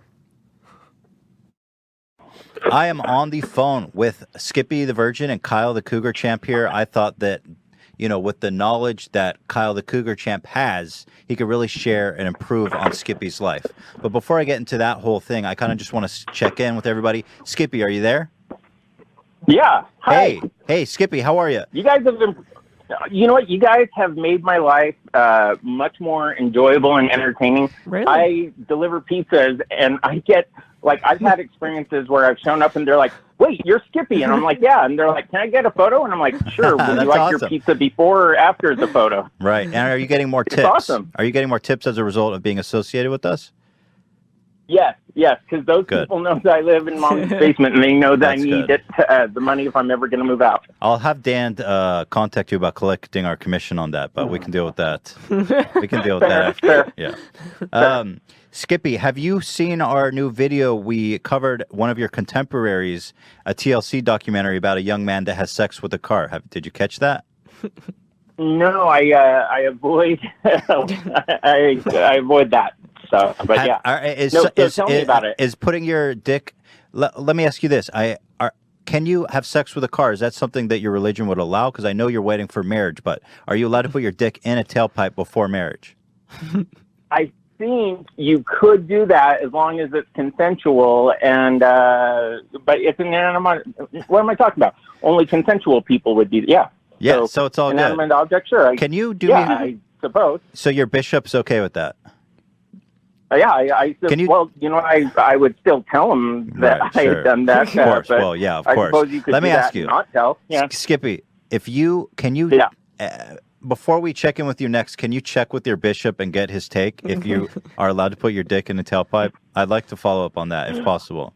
I would legitimately be super embarrassed to ask him that, so probably that won't happen. But let's just assume that that's something that they leave up Skippy, to the individual to decide. If you put your dick in a car's tailpipe, would you tell your bishop? Yeah, of course I would. Of course. I would think that means I have mental problems and I need psychological help. So yeah. Right, sure. Yeah, of course. Okay. Kyle. Cry for help is what it is. Kyle the Cougar Champ, nice to have you here. God bless you. How have you been doing? Update me. Yeah, just wow, listening to what you guys are saying. Last night I was banging the 76-year-old grandma, sent you a picture of that when I was talking to one of your producers. Yeah, I saw a picture of her. I saw her and my reaction was like, damn, she's really old, Kyle. Like, that's impressive. Oh, it was fun, actually. It was a lot of fun because when I got here, she just recently got a cane. She has a knee surgery later on this month. Kyle, is the cane turn you on more or less? Like, does the cane enhance the sexual experience? It does. That's so hot. But I'm wondering, okay, if he's getting recognized and whatnot, why isn't anyone fucking him at the door? Okay. Yeah. Sure. So, yeah. Okay, let's go ahead and get right into it here. We've got questions for all of ourselves. Kyle, let's start there. Skippy, you don't have sex because you are waiting for marriage. Is that correct? Exactly. It's not that I can't. It's that I want to wait until I get married. Now, Kyle, it's a religious thing. Why? Yeah, but okay. Skippy, I thought that maybe it's been a long time. We've checked in with you. It's been a minute, and there's been no progress, right? You don't have a girlfriend. In fact, we've seen a date that you went on. You recorded it. We've watched it before we went in.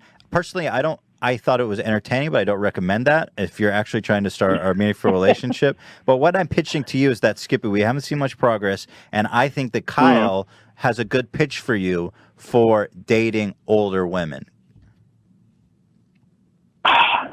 If I want to, I'll listen to the pitch. I will listen to the pitch with an open mind. Okay, that's all we ask. I have built-in reservations, but I will try and listen to his advice as openly as I can. Okay. I will say I will never try and have sex with a grandma. That sounds the reverse of what I want. Skippy, hear him out. You don't know what you want. You just said you'd be open to putting your dick in a tailpipe. Skippy, okay.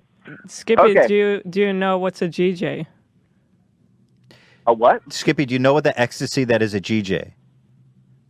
A GJ is when a grandma takes her dentures out and gums on your cock, Skippy. Don't tell me that doesn't fucking give you a semi-chub right now. Oh my goodness sakes, that repulses me. That is to me what my belly button lint is to everyone else. Right, okay. Well, Kyle, I wanted to ask you something, Kyle. Have you ever used a cane as a sex object or any of these kind of assisting walkers, dentures? Do you ever use that as a sex toy? Yeah, I've had him bend over a wheelchair before. I've had him bend over a walker, but I think it's really cute that dude just said built-in reservations. I think you don't really have the ground to stand on for options right now. I mean, this whole thing about waiting for marriage, man, look, dude, it's 2018. There is no God. And, not trying something out before you buy it or wear it is just, you're setting yourself up for ridiculous disappointment and failure. How do you respond to that, Skippy? I would way rather set myself up for that than to ever get a GJ. So, I'm Skippy, okay with that. To be fair, you've never. If my two options are die a virgin or get a GJ, I would die a virgin so fast. I would be totally okay with that. If I'm understanding Skippy right, he is calling out your lifestyle, Kyle, and it's like, I don't know that necessarily agree, but I'm wondering how you're going to respond. I was debating whether or not I was even going to bring this up. That's why I didn't even email it to your producer when we were talking with my actual thoughts on this. See, I really don't want to call dude out, but I kind of think dude's a troll. I mean, and for two reasons. Okay, but for the reasons I think that he is, I also think he's not for the same reasons. I was looking at the YouTube page. I was looking at the TV specials and whatnot. Dude has this little moment, just like I have my little moment. Same thing. I fuck grandmas. You don't fuck at all. That's cool. That's our both of our little shit. Whatever. Yeah. But I was looking at the YouTube page, and I see dudes trying to get followers. I see the guy's Twitter and whatnot. But then the reason I think he's not trolling is because none of it's monetized. So on one side you have, look at me, I'm a virgin, but on the other side you have, I'm not getting anything out of this. So I'm kind of confused as to what's going on here. Is it a really good act? But you're not getting compensation for it, so it probably isn't. So I'm not sure what side of the fence this falls on. I guess I'm a little bit confused. I don't understand your theory necessarily. You're saying that you think he's trolling because he's not making money? Is that what you said?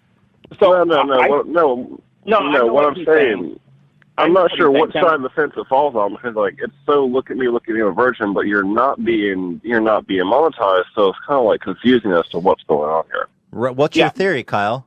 I can reply to that. Go ahead. I see that in the comments sometimes from people also where people are like, he's just playing a character. There's no way that this is him. He's saying that he's a virgin, and then he's probably using the microcosm of notoriety that he gets to be able to to quote one person, to plow tons of chicks, right? Which is not what it is, and I understand people thinking that. But my counter to that would be like anyone that knows me, like, I am good at 3 things in this life. I'm good at meeting celebrities up at Sundance. I am good at. You know what? Well, I think that I have one ultimate counter to your point there, Kyle. If I can butt in, he has a jar full of belly button lint. We actually have a portion. We have a sample of that. So I can't think of anything of a more sincere evidence that a man has never put his dick inside of a vagina than that. That may be possible, but I'm calling out. Is it a sick? Is it something like? But you think he's playing it up? You think he's playing it up? Why? This is an interesting point Kyle raises, Skippy. Why is your whole identity, defined as Skippy the Virgin? Why is that your whole identity? If you're waiting for marriage, why is it all about I'm Skippy the Virgin? If you won't just like put your dick in the next hole you see, and you would dare to decline a G job. I find a G job as repulsive as you find my belly button. So you say. I 100% say Kyle, that. Can you describe? Kyle, can you briefly describe the ecstasy that is a G job to Skippy? No, I couldn't because I was going to say it's kind of like fucking a pussy, but like it can move around and it can squeeze you more because it can have more pressure because you have a fucking mandible there instead of a fucking, labia minora majora squeezing you and whatnot. Right. But Skippy, you don't have a point of preference. Skippy, how do you respond to that? There's a part of me that feels like if this is what my life has come to where my virginity is looked at as the same as a guy who wants to have sex with grandmas, there's something really wrong with how I've been doing things in my life if that's what Skippy, virginity is compared to, like, on a spectrum. If at the one end is the G job and at the other end is virginity, I'm doing something severely wrong. Skippy, it's not virginity, it's defining yourself as a virgin. Like, how do you reconcile and even that? then, I would say that if the first TV show, the very first show I was on, reality show, when I was 24, MTV went town to town asking, what do you do on a Saturday night in your hometown? And I was on a super, super tiny MTV show that was one episode that ran once back when I was 24, right? Okay, and then the next reality show I was on, I was like older and a virgin, so that was what. So that was the thing that was unique about me. You were identified as the virgin during one of your previous appearances, and it stuck. Mm-hmm. Now, Skippy, let me ask you this: Have you ever? My goal is Skippy, to be. Yep. Can I ask you this? Have you ever used a fleshlight or any masturbatory toys to help aid to make it feel like you're having sex? No, in fact, I didn't even masturbate for the first time until I was 26 or 27. Describe that experience to me. I'm curious. What was that like after waiting that long? My first time masturbating? Yeah. Guilt-ridden and disgust with myself that I hadn't waited longer like others that I had known. And even when I was like, okay, it's natural. This is how, instead of having wet dreams kind of thing. But there's still that part of me that is like, okay, the goal is still to get married so that I'm not having wet dreams, not Skippy, having to do that kind of thing. Did you tell your bishop, did you masturbate? What was his feedback? Let's see. So I'm 40 now. I was 27 the first time I did. I know that I did kind of thing because I know it's something where the underlying principle of it is that you're, in the Bible, he that looks on a woman to lust after her, is committing a sin in his heart kind of thing. So I get the reasoning behind it, and it's tough to go. I mean, like I went like 5 months without doing that here a couple months ago and was really proud of myself. Let me ask you this, Skippy. If we bought you a fleshlight, would you use it? No, not even. Why? But why? You said you put your dick up a tailpipe. What's the difference? Yeah, what's the difference? You're willing to. You said you could put your dick in a tailpipe, but you can't use a fleshlight. I'd like to hear your bishop explain that one. Okay. So I was joking about that because I thought that you guys were joking also. Because we never joke here, Skippy. Would I ever put my dick in a tailpipe of a car? No, not once, not ever. Like if you're asking me a serious question, the reason why I would never tell my bishop about that is because I would never do that kind of thing. I would never have sex with inanimate objects. So I thought you guys were kidding, and I thought you could tell that I was kidding with that too. Skippy, does that make sense? No, we're on the same page. We're Okay. I know you would never do such a thing. But on the flip side, I do think that if we sent you some kind of masturbatory toys, if you're already masturbating, I think it would be interesting feedback. I know, for example, they have fleshlights that look like buttholes. You can even get weird with one of those. Would you use that? No, not. Hey, I'll take one. Fuck, I'll take one. Kyle, we need to get fleshlights with gum. Give mine to him. Yeah. We need to get fleshlights with teethless gums. That's a great idea. As far as I know, those don't exist yet. That's a fucking great idea. Okay, well, I don't feel that this conversation is going anywhere, Skippy. I have to say, although I love you, you're not very flexible. You're not willing to help yourself. I really want you to have sex, Skippy. I really want you to have sex. Hey, Ethan, I have one question. Go ahead, I have please. one question, Ethan. Yeah. How's mom and can I smash? I really am so tempted to hang up on the guy right now because you're talking about my mom. So get the bleeper button ready. Fuck you, dude. And that's disgusting. And guys, at this point, I'm legitimately pissed off at you if you're going to not tell him for saying that to me. Okay. That's my mom. We're not talking about some generic grandma, dude. So Kyle, fuck you. Right, Kyle is his mom. And I do think that That's we should way above the line, yeah, dude. that's way Kyle, it is his mom. It is his mother. I think that we should respect those boundaries. Mormons are very family friendly. You know, they have units. Regardless, what if he had said that about your mom, man? I just thought it was funny. My bad. Shit, I just thought it was you're funny. bad. Is it a problem, Skippy, if someone finds your mom attractive? Like, Kyle's attracted to older women. Like, if you had a really cute sister and I said, your sister's attractive, is that a problem for somebody to say to you? I mean, you know what I mean? Like, Kyle, he's attracted to older women. Okay. I just worded it terribly. I could have said it a million other ways. But, I mean, yeah. Yeah, I guess I would say put yourself in my shoes and what would you, I mean, like, if it's... and I get that not everyone is the same, Skippy, but are people not allowed to be attracted to your mother? Are they not allowed to be attracted to your mother? Yeah, but just put yourself in your Say it shoes more of politely. if you heard someone talking about. Actually, I can. Because, you know, I had a TV piece come out, and there's pictures of me and my mom, a 9-year-old lady, and I went on Reddit, and I saw the YouTube. There were ridiculous sexual comments about my mom. And you know what? Sure. That's funny stuff I can do about it, but I'm not going to get bent on shape about it. Then again, you're right. That's me, and that's just how I just let things roll off like that. Okay. But yeah, I mean, what I said was fucked up. I said it probably the wrong way. But He said it the wrong way. Yeah, she's hot. I hope. Yeah.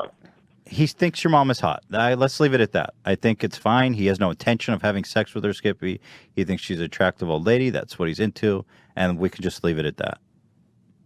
Cool.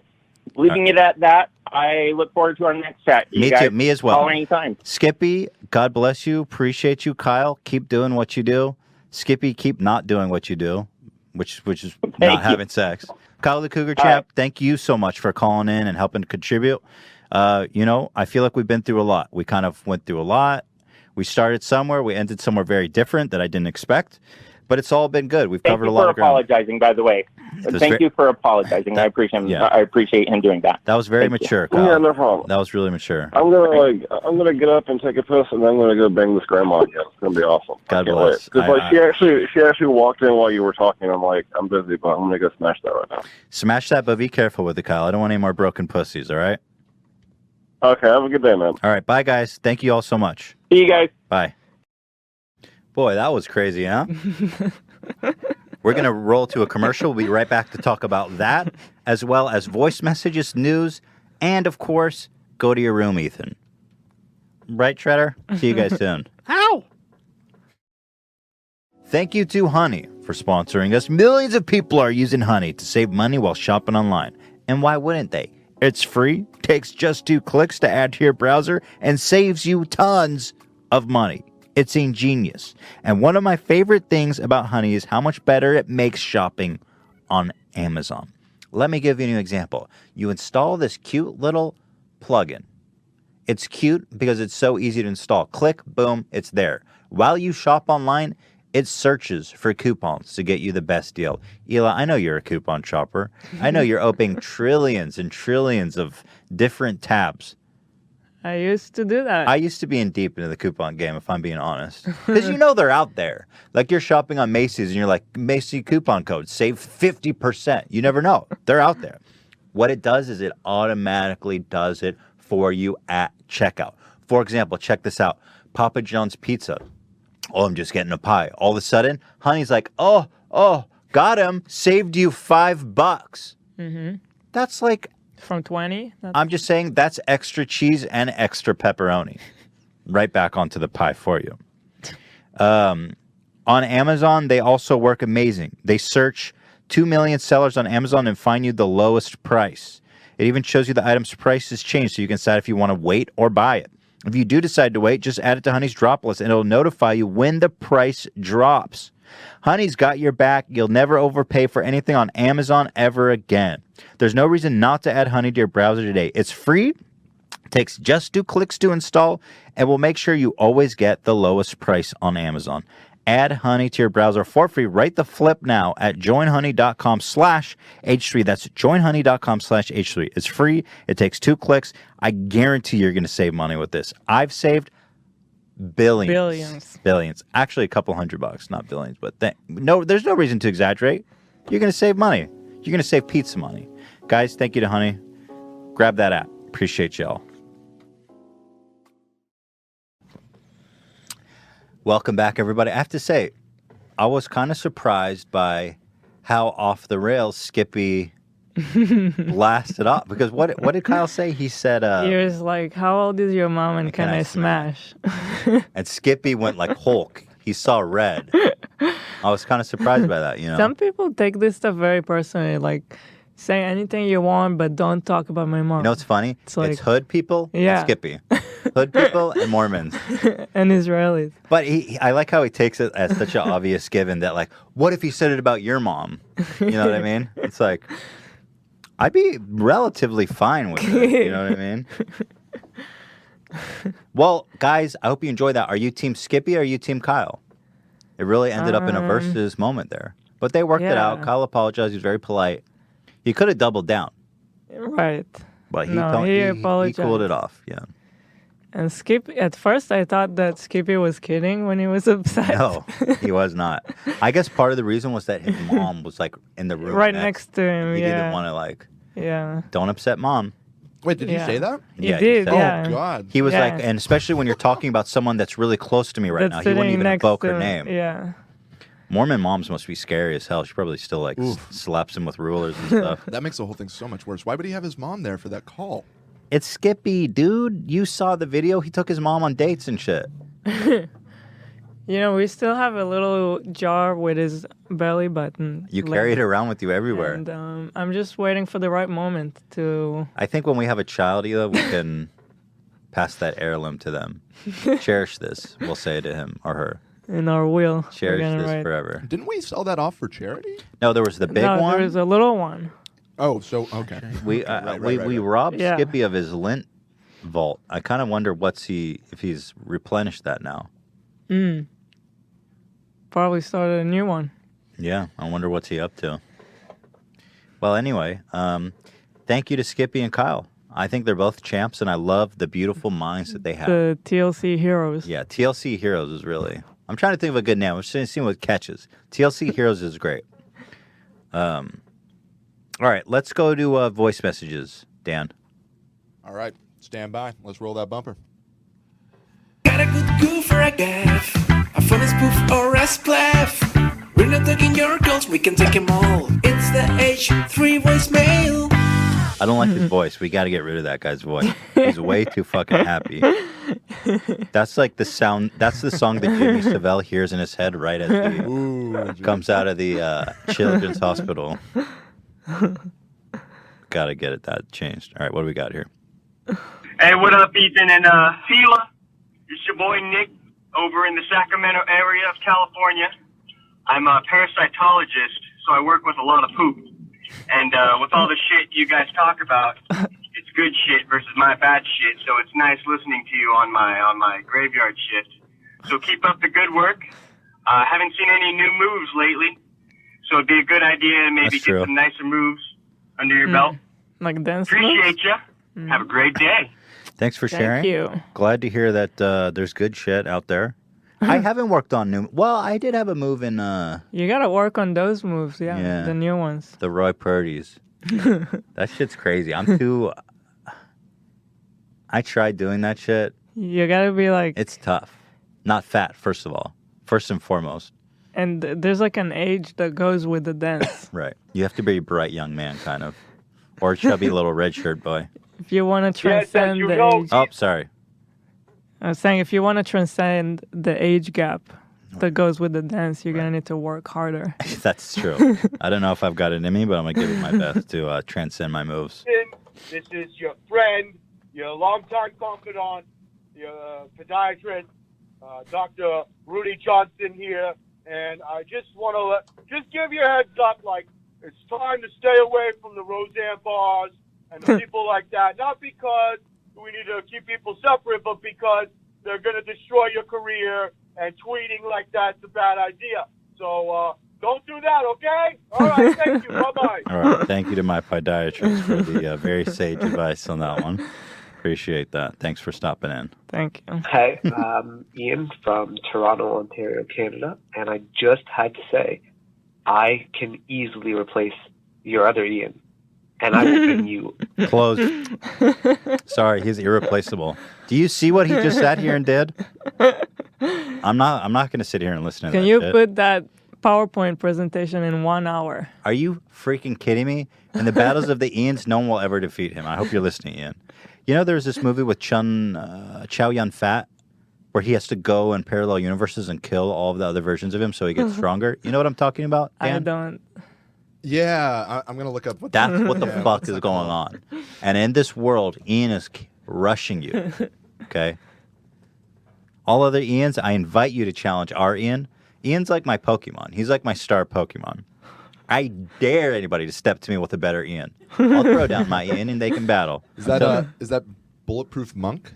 No. No? Okay. Give me a break. Bulletproof one. Give me a break. All right, let's move on. Hey, I'm Cameron from Central Missouri, calling in regards to What happened to you, was said Cameron? on the podcast about like Amazon and like the fake Sounds so products sad. and stuff like that. Just in regards to, it's not something that's solely on Amazon. Walmart and Target are starting to experience the same problems as well with all the third parties kind of getting slapped on. What I is think he I think he's talking about their online because Walmart and Target and all these other retailers are starting to have third-party sellers on their website as well. Trying to compete with Yeah. Which is Amazon. so stupid. If I go to Walmart, I don't want to buy. Like, you can't. He's Can't do talking that. in regards to the Fake Amazon fake product. Amazon, yeah. By the way, I was listening to that podcast and I was really regretting not being here. What do you want to add? What do we miss? Just that I hate the garbage that they're selling now. I stopped buying from them. It's immoral, honestly. I ended up returning like everything I bought from them recently. It needs to be addressed. Like recently, I'm like, okay, I need a net for our pool to clean our pool. And I sort it by ratings and price because I know there's so much shit. So he says, okay, I'm going to buy the most expensive one to avoid buying garbage. So I find one that's like $25, which is a lot for something like that. It's got 5 stars. I get it. Okay. It's such fucking garbage. It's in 3 pieces and you screw it together for Christ's sake. And it's like wobbly and unstable. It's wobbly, it's just falling apart. Like, seriously. I don't know. It needs to be addressed. It's a huge problem. The Amazon I bought shelves that I was going to put together, remember? And I start to put it together and it's a whole thing. And it's like heavy and there's a lot of pieces. And once I start putting it together, the pieces don't actually fit over each other. Right. Because it's like cheap plastic and they didn't do quality control or whatever. The pieces are supposed to fit and they don't. Mm-hmm. And it's just like all the progress I did so far, just there's nothing to do now. I had to undo it, pack it back together so I can return it. And then you got to return this like heavy package. It's a nightmare. It became, Nobody's talking about this. This is a huge existential Crisis. This is the one. This is the one, Dan. The one. The one. The Ian one is the one. And it's Jet Li, by the way. Jet Li. That's why I my couldn't bad. find it. Yeah, Yeah. my bad. The plot of this movie is fucking off the wall, dude. He goes and killing alternate universe versions of himself, and they're all trying to kill him because when you kill an alternate version of like yourself, a Rick and Morty. It really is. You become more powerful. So Ian is the one. I want to toss the gauntlet out there. All right, and what was this guy saying? Hey, it's a free shipping. Walmart and Target approve of this, so you should totally buy from this random company selling on their site. Some companies like Best Buy, like I work at Best Buy, have a lot of issues with customers coming in demanding, like, give me this price on this product at Amazon from Walmart. Right. But it's sold by those third parties where it's like you can't trust them. Yeah. Because we don't know, just like the customers you guys talked about, where you don't know if it's the real product or it's a fake product just that had the Prime slapped on He's saying it. people come in for price matches on all this garbage, Mhm. third-party shit. It's a mess. It's a whole mess. But it used to be on Amazon that if it was Prime, you knew that this is like approved. That's what you think. Right? Yeah. That's what I always thought. That's what I always thought too, and I didn't have a problem up until like a year ago. Yeah. And Especially recently, like the past few months. Everything I bought from them was like broken. Even shit as shitty as like medicine. This is fake. Yeah. Unbelievable. Somebody's got to talk about it. And if that person has to be me, well, then I guess I'll be that hero. I'll be a that real savior. shame I'll be the one. Thank you. I take it very seriously because I came here from Israel where you don't have Amazon. And here I was like, Amazon, this is like heaven. You can, it's amazing. Yeah. And now it's all ruined. It's ruined. We're back in the dark ages. This Now is we the got to end. go shop at Home Depot. Speaking of the dark ages, we have one here about bidets. What up, poops? This is Tommy Wami from Seattle. Just wanted to spread the good word of the bidet. If you guys had one, don't be afraid. The thing will clean your asshole. I, too, have a very, very hairy asshole. So give it a try. Get one of the warm water ones. Spray straight in your asshole. It'll be clean as a whistle. I have a bidet, and it has warm water. I have haven't never tried used it because I don't understand when you squirt it with the water, how do you clean? You have shitty water on your ass. I've been advised to use a wet towel. My brother A white actually towel? really What wanted is to that? call in to explain. Okay, so here's what I propose. But he's not available right He's now. on a flight. Yeah. Your brother, he is a unbelievable proponent of the bidet. He thinks, though, even with the wet wipes, you're not as clean as you can get with a bidet, apparently. I'm not. I just don't understand the process of drying your ass with shit in it. Like I take shit. I don't know. That shit gets caked on, dude. Well, are you still supposed to use toilet paper in conjunction with the bidet, Once it's wet, you can use toilet paper. or toilet paper first? Toilet paper first, then give it a little squirt. rinse down. Well, what I want to do is bring your brother in. We can debate this. He can give me instructions, and then the following week I'll use it, and we'll come back and report it. Because I feel like the bidet, we need to get to the bottom of it. He wanted to call in, and he's got notes already prepared. He's Really? like, yeah. Well, I need to prepare. Shit, I need notes. You know what? I need to use. It's fucked up because your bathroom's the one with the bidet. We have two bathrooms, and now once I start loving the bidet, Just use I can't be that going one. over shitting and running between bathrooms. You think I'll just use yours? I never thought it was mine anyway. It's a bathroom. Okay, I'm gonna shit in your bathroom. You made it yours and mine. What else we got? Are you ready to rock? This fucking guy again? What is this? Come on, Ethan. You gotta bring the 80s back. I'm banging in trains. I'm ripping mufflers off of trucks. I'm hanging those truck nuts, down to my knees. You know what I mean? Because I'm back in black. Because I'm back in black. All right, thank you very much for that. I thought it was the hater, but it's just a 80s fan. All right, let's bring it back. I'm right there with you, buddy. God bless you. Hey, Ethan and Hila, love the show. Just want to say it's Jordan from Melbourne, Australia.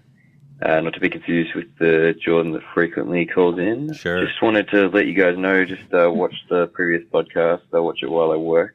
I work for a major water company out here in Geelong, down in little state of Victoria, down in Australia. And just we have a massive campaign going on right now where basically we just want to educate people and let people know that flushable wipes aren't actually flushable, even though they're advertised that way. So I thought I'd just bring that up with you guys, seeing as I've been working for this company for a while now, and it's pretty clear to everyone that works in this industry that they're not actually flushable. Interesting. Also, just wanted to say how much I love the show, and thank you for telling me how much you love the show, but you can't have it both ways. You can't be like, oh, crush your dreams, also big fan of the show. I'm gonna cut you off there.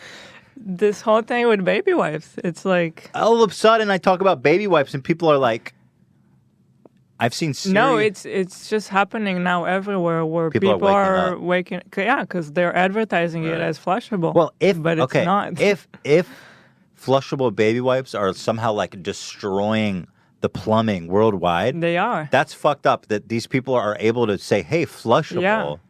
That's why it's becoming illegal. You know what I noticed on these packages of these? Maybe it's time to start squirting water up my ass. Just straight up false advertising is what I want. That's kind of what they say on the packaging is only one at a time. And I'm like, come on, you think I can clean up my asshole in one wipe? Get real. I'm flushing like 8 at a time. Do you really? I don't. On a real more. I would say 3 at most. I'll go 1. And I'll like conserve the space. I'll do like 5 wipes, you know what I mean? And then like if I have to go in for the second one, it's like, all right. Usually I'll go in for the second one. If I have to go in for a third one, it's like, oof, this was a third one. Third is like, yeesh. But I usually wrap it up in 3. I think I can't live without it now. I'm addicted to baby wipes. You don't understand. If I take a shit without baby wipes, it's you don't understand. I can't get my asshole clean. I'll bleed with toilet paper by the time it's clean. You don't understand. So I think you gotta throw it in the trash can.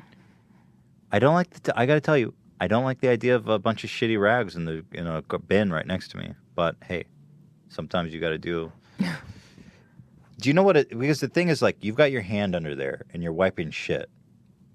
And there's a real beautiful thing about just letting it go. But when you have to do all this and then you bring it out and you're confronted with what you've done. For me. You're confronted with what you've done. And then you have to do a whole new act of this. It's like, I don't want to see the murder scene can't again. Say I relate to that. I don't want to be confronted with my crimes. When you wipe, you don't look at it? I look. Yeah. You look at it? Yeah. Do you look every wipe? Well, I don't know, but you got to check the progress. Right. Certainly at the end, you got to know. Right. So what's the difference? Let me ask you, when are you done wiping? When there's no poop left, or will you quit when there's a little poop left? Or do you wipe until it's all clean? No, usually there will be no poop. Nothing left. Unless you go in. it's How deep like do you go really, in? Like I'm sick or something. Right. If you have diarrhea, then you don't want to get too vigorous. But how deep do you go in when you're wiping? What do you mean deep? Like, well, because where? there's certain levels of deepness. Like you can do a surface level clean, but sometimes you scoop in a little bit for that extra. No? No. What do you mean? Sometimes you scoop. You don't know what I mean? No. Does anyone out there know what I mean? Sometimes you scoop a little bit. No, you don't. Well, okay. Sometimes you can rub a little bit deeper. All right, I guess so. Oh, I just saw. I just missed a call from your mom, Ethan. But then she texted me. You rinse with the bidet and dry with the toilet paper, is what she's saying. So that must be nice for her. My asshole's hairy. If wet toilet paper touches my asshole, it disintegrates and sticks to my hair. All right, let's move on. Well, we should try it. It's actually. I hear Dan talking. Yeah, to my mom I hear Dan. My dad says, "Mom." My mom wanted to call in about something. I was like, it's too off topic. My dad goes, "What about how she lost her virginity? That's a funny story." I was like, no. So your mom just called and she's got strong opinions on this. I don't know if you. All right, let's take it. Put her through. We gotta dial her in on your okay. laptop. No, that's too much. Okay. Next time we'll be ready. It sounds like we need a whole episode Yeah. about this debate. We gotta I think bring in this Hila's is going to brother. be pretty much the rest of 2018. There's a lot. It's going to be. Yeah. We'll have to get. It's going to be like a full court case of like We're gonna have plaintiff and defendant. We need to have representation. We have to have the It's great. like both of your families. It seems like this is. No, but everybody agrees, but me. Basically, it's just me against the world as usual. Well, I haven't tried the bidet either. Never. I'm gonna try it. We should try it before we start. It's kind of a calling that we just moved and now we have it in our house. It is a calling. It's a calling. Let's move Hey, on. Ethan and Hila, this is a Twitch thought here. Just calling in to get your thoughts on going from shit to shower, if that's hygienic, and if you've ever done it, Ethan. And Hila, if he's ever done shit to shower, how do you feel about it? Shit to shower is pretty standard. Shit to shower. You take a shit, you take a shower. I wouldn't do that unless it was just like running down my leg because I got shit to do. You know Is what I he mean? asking about like no wiping in between? That's a good question, but what I would guess is yes, no wiping. Well, if you're okay with that, I mean, isn't that just I would isn't a shower wipe. just a giant bidet in a way? Yeah, except that no, it's not. It's not. I would definitely wipe. I'm opposed to no wipe into the shower because you understand that. Well, it depends on the severity of your shit. How severe was your shit? Is the shit running down your leg and you didn't even do one courtesy wipe? Is there like a Psycho scene where blood's down the drain with shit on the bottom of your shower? You left the question too open. Yeah, expand more. Okay, what else we got? We're talking a little Hey, about it's JT from Los Angeles, and Ethan and Hila, I only had one question for you. When are you going to release the Soul Flow Antonio song with Post Malone? Because that shit is straight fire. Soul flow like Antonio, soul flow like Antonio. Thank you. Gosh, Austin is so fucking busy these days. He's been on tour. Ugh. Pretty much since the live show, Yeah, right? he's been, Yeah. basically since the live show. You know he's playing We like actually 20, haven't 30,000 seen him. seaters now? Yeah. Well, we're going to see him soon, hopefully, when he finishes I the had a tour. dream that we were hanging out with him. I Really? just remembered. Were we making So Flow like Antonio? No. What were we doing? Honestly, I think he might be too big of a star to debase himself to doing like meme rap, but maybe not. I'll work on it. I'll try to make it happen, but it's very unlikely. I'll say that. We need a ghostwriter to Yeah, we need what was it, Quincy? What was his name, Ian? Quincy Jones or whatever? Quentin. Quentin? Quentin Miller. Hi, Ethan and Hila. This is Mitch from New York. I was just listening to last week's podcast, and someone called in talking about how, it's like Skippy and the Cougar Champ, you guys are making your own whack pack, and I thought that was really awesome. And, you said you didn't want it to be whack pack because it'd be like, obviously that's Howard, so I couldn't help but think of the gas pack. Gaff Pack. The gaff back. I like it. pretty good. It's not bad, but I think we need to give credit to their beautiful minds. And I like the play in the TLC gang as well. The TLC heroes. was the TLC, one that heroes I of TLC. proposed. But what if they're not all Sorry. Yeah, that's the thing. like Joey Salads? Yeah. Maybe it could be like the learned man. Joey is part of the gaff pack in a way, isn't he? He's Yeah. definitely a gaff packer. All right, there's one left here. This is Josh from Iowa. I was hoping I'd catch you before the podcast. Just letting you know, don't go to the office today. All right, thank you, Josh. Appreciate that message. Shit. It's a little too late. I wish somebody would have warned me before. And 2 hours too late. All right. Well, thank you everyone for calling in. If you have messages, where's the freaking number? You got it on the screen or something for the voicemail box? Yeah, we could throw that up on screen. I dropped it into our script earlier. It is... Where'd it go? We got some videos to watch here. 818-214-8504 if you want to leave a voicemail. Read it again. That's 818 Like a rewind. 214-8504. All right. Do it 10 more times. That's 818. Please don't. We got a couple videos. You want to go on to Ethan, go to your room? You want to just get on with it, or should I watch these videos? I have two. Why not? Let's just do what we got. We're deep in now. This is the... It's been 2 hours already. Yeah, it's been 2 hours. This is the part. This is my favorite part of the show because there's no pressure and it's just like anyone who's listening now Yeah. is in it for the long haul. I feel that too. I wonder if we could ever feel that from the beginning. I know, because I feel like the first 30 minutes is always the most like rigid and tough. Yeah. But I don't know if it's I don't possible. know. Yeah. like going back to how we had this show out. Like, let's review how we did this show. We started with Ian coming out. Wait, that's not how we started.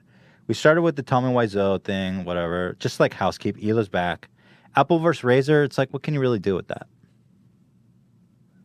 I had a trouble, so I was like, is this interesting? You know what I mean? Like, is this meaty enough? But sometimes you got to open light. How do you hit the ground running with these podcasts? I don't know. Ryan Seacrest was great. You know what we should do, Hila? Maybe start it and watch the top cringe video of the week. Like, if we open with the Ryan Seacrest, that might be an interesting way to, like, lube up.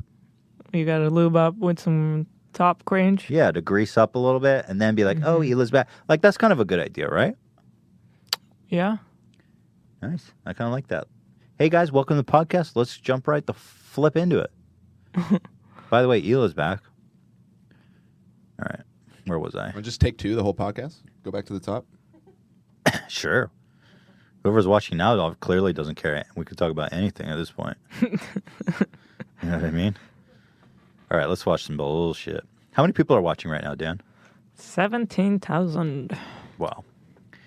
The loyalists. The true fans. There's nothing of value left here, my doggies. You know, we do have some guests coming in finally. We've been doing a lot of... next week, we've got Tom Segura. Nice. That's exciting. Yeah. I'm a fan of Tom. He's a funny guy. That's... And then then the next Why week... don't I see it on my calendar ever? And then the week after that, we have... Actually, no, Tom is the week after that. Oh, okay. Oh, yeah, that's why I don't We're see still it. trying to book up next week. Okay. Should say that you guys were going to be on... Monday, we'll be on Tiger Belly. Right. Yeah. Bobby Lee's. It's your boy, Bobby Lee. I'm excited. Love those guys. Check them out there. All right, let's get on with it. Jerk off video. Go ahead, Dan. Julie Jerkoff. Forgive me, Kirkhoff. Great. Awesome. But, like, imagine we started the show with that. Everybody's like, that was a fucking terrific. I'm hooked. Instead of like, oh, Apple versus Razor. Everybody really fucking cares about this. People care. People wanted to know what the update with Hila because she was gone last week, you know? See, I don't know if it's more the psychological thing for us. We're not loose. We're not loose. I don't think it matters what we talk about. Sure. But maybe not. No, there's probably something to that. Like, we talked about your update, but we didn't really get into the nitty-gritty. Because there's a lot to talk about with your family. But we're like, oh, that's too much at the beginning. Yeah. You know, we're overthinking it. People don't watch podcasts to get hooked, do they? Who cares? Or do they? I don't know. Who knows? How do we make this show better? I've never watched a podcast, so I have no idea. Right. Me either, clearly. That's why it's run like this. I just watched it for the first time, the last episode. Yeah. On my flight back, I listened to it for the first time. Was that weird for you to like see it as? It a was third very party? weird. Yeah. She said it was boring. I just felt like I wanted to respond to Ethan about stuff. It was weird to not be able to. And Right, we should have had you call in or something. Didn't we do that? No, last I time was. it Israel? She was literally on an airplane. Oh no! When it was live, it's too late there. It's like right, Yeah. middle of the night. I was. But I sleeping. don't. It's a podcast, so it's like almost boring by nature. But I personally want it to be more active. I want it to. I don't know. I want to elevate it, but I don't know if I'm making a mistake. Maybe just let it be. I mean, Are we trying too hard? I don't know. There's some people. Here's a comment in the chat just now. This is a long form podcast. I think it's good that it naturally builds. You set a tone that way. My fear is that the first like 15 minutes are the most boring, and that sucks because that's when you want people to keep watching. But maybe that's normal with podcast. Is it? I don't know because I don't know that maybe I don't know. I find like when I listen to Bill Burr's and Rogan's and Howard, who not a podcast necessarily, but I'm always usually pretty hooked in on the first 15 minutes. You know. By the way, anyone who complains about our ads, listen to Joe Rogan. That guy reads ads for fucking days. I'm not complaining. I like listening to him read ads because it's like interesting for me, seeing how other people do it. It's crazy though. He gets in there for like 15 minutes and just. I see people saying in the chat they don't need to get hooked. Like yeah, but these are the guys that lasted 2 hours into this lame ass conversation. But that's most of everyone almost. I mean, at most we had 20,000, and now we're at 17,000. Yeah, it's the vast majority are sticking around. Right, but still, like, I'm talking about growth. Somebody turns it on who's never listened to before, and we're like, a razor is what? But it's gonna be hard no matter what. If you say it like that. Hey, razor is really crushing it, don't you think? I'm trying to figure it out. I'm reading the chat to get some feedback, and this guy says, I disagree. I enjoyed the very beginning of the podcast. Okay. Thank you. Are you reading the ones that are like, well, but again, I mean, there's a lot of nonsense comments, but everyone already closed it who was bored. You know what I mean? You're not looking at the bright side here. I never do. I'm not a bright side guy. Well, anyway, my intention is to try to elevate this show. I think for my sake, I think I want to find a way for the beginning to snap. Like, imagine this. Play this again, Dan. Play this again. You open the video. Hey, welcome to H3 Podcast. Julie Jerkoff.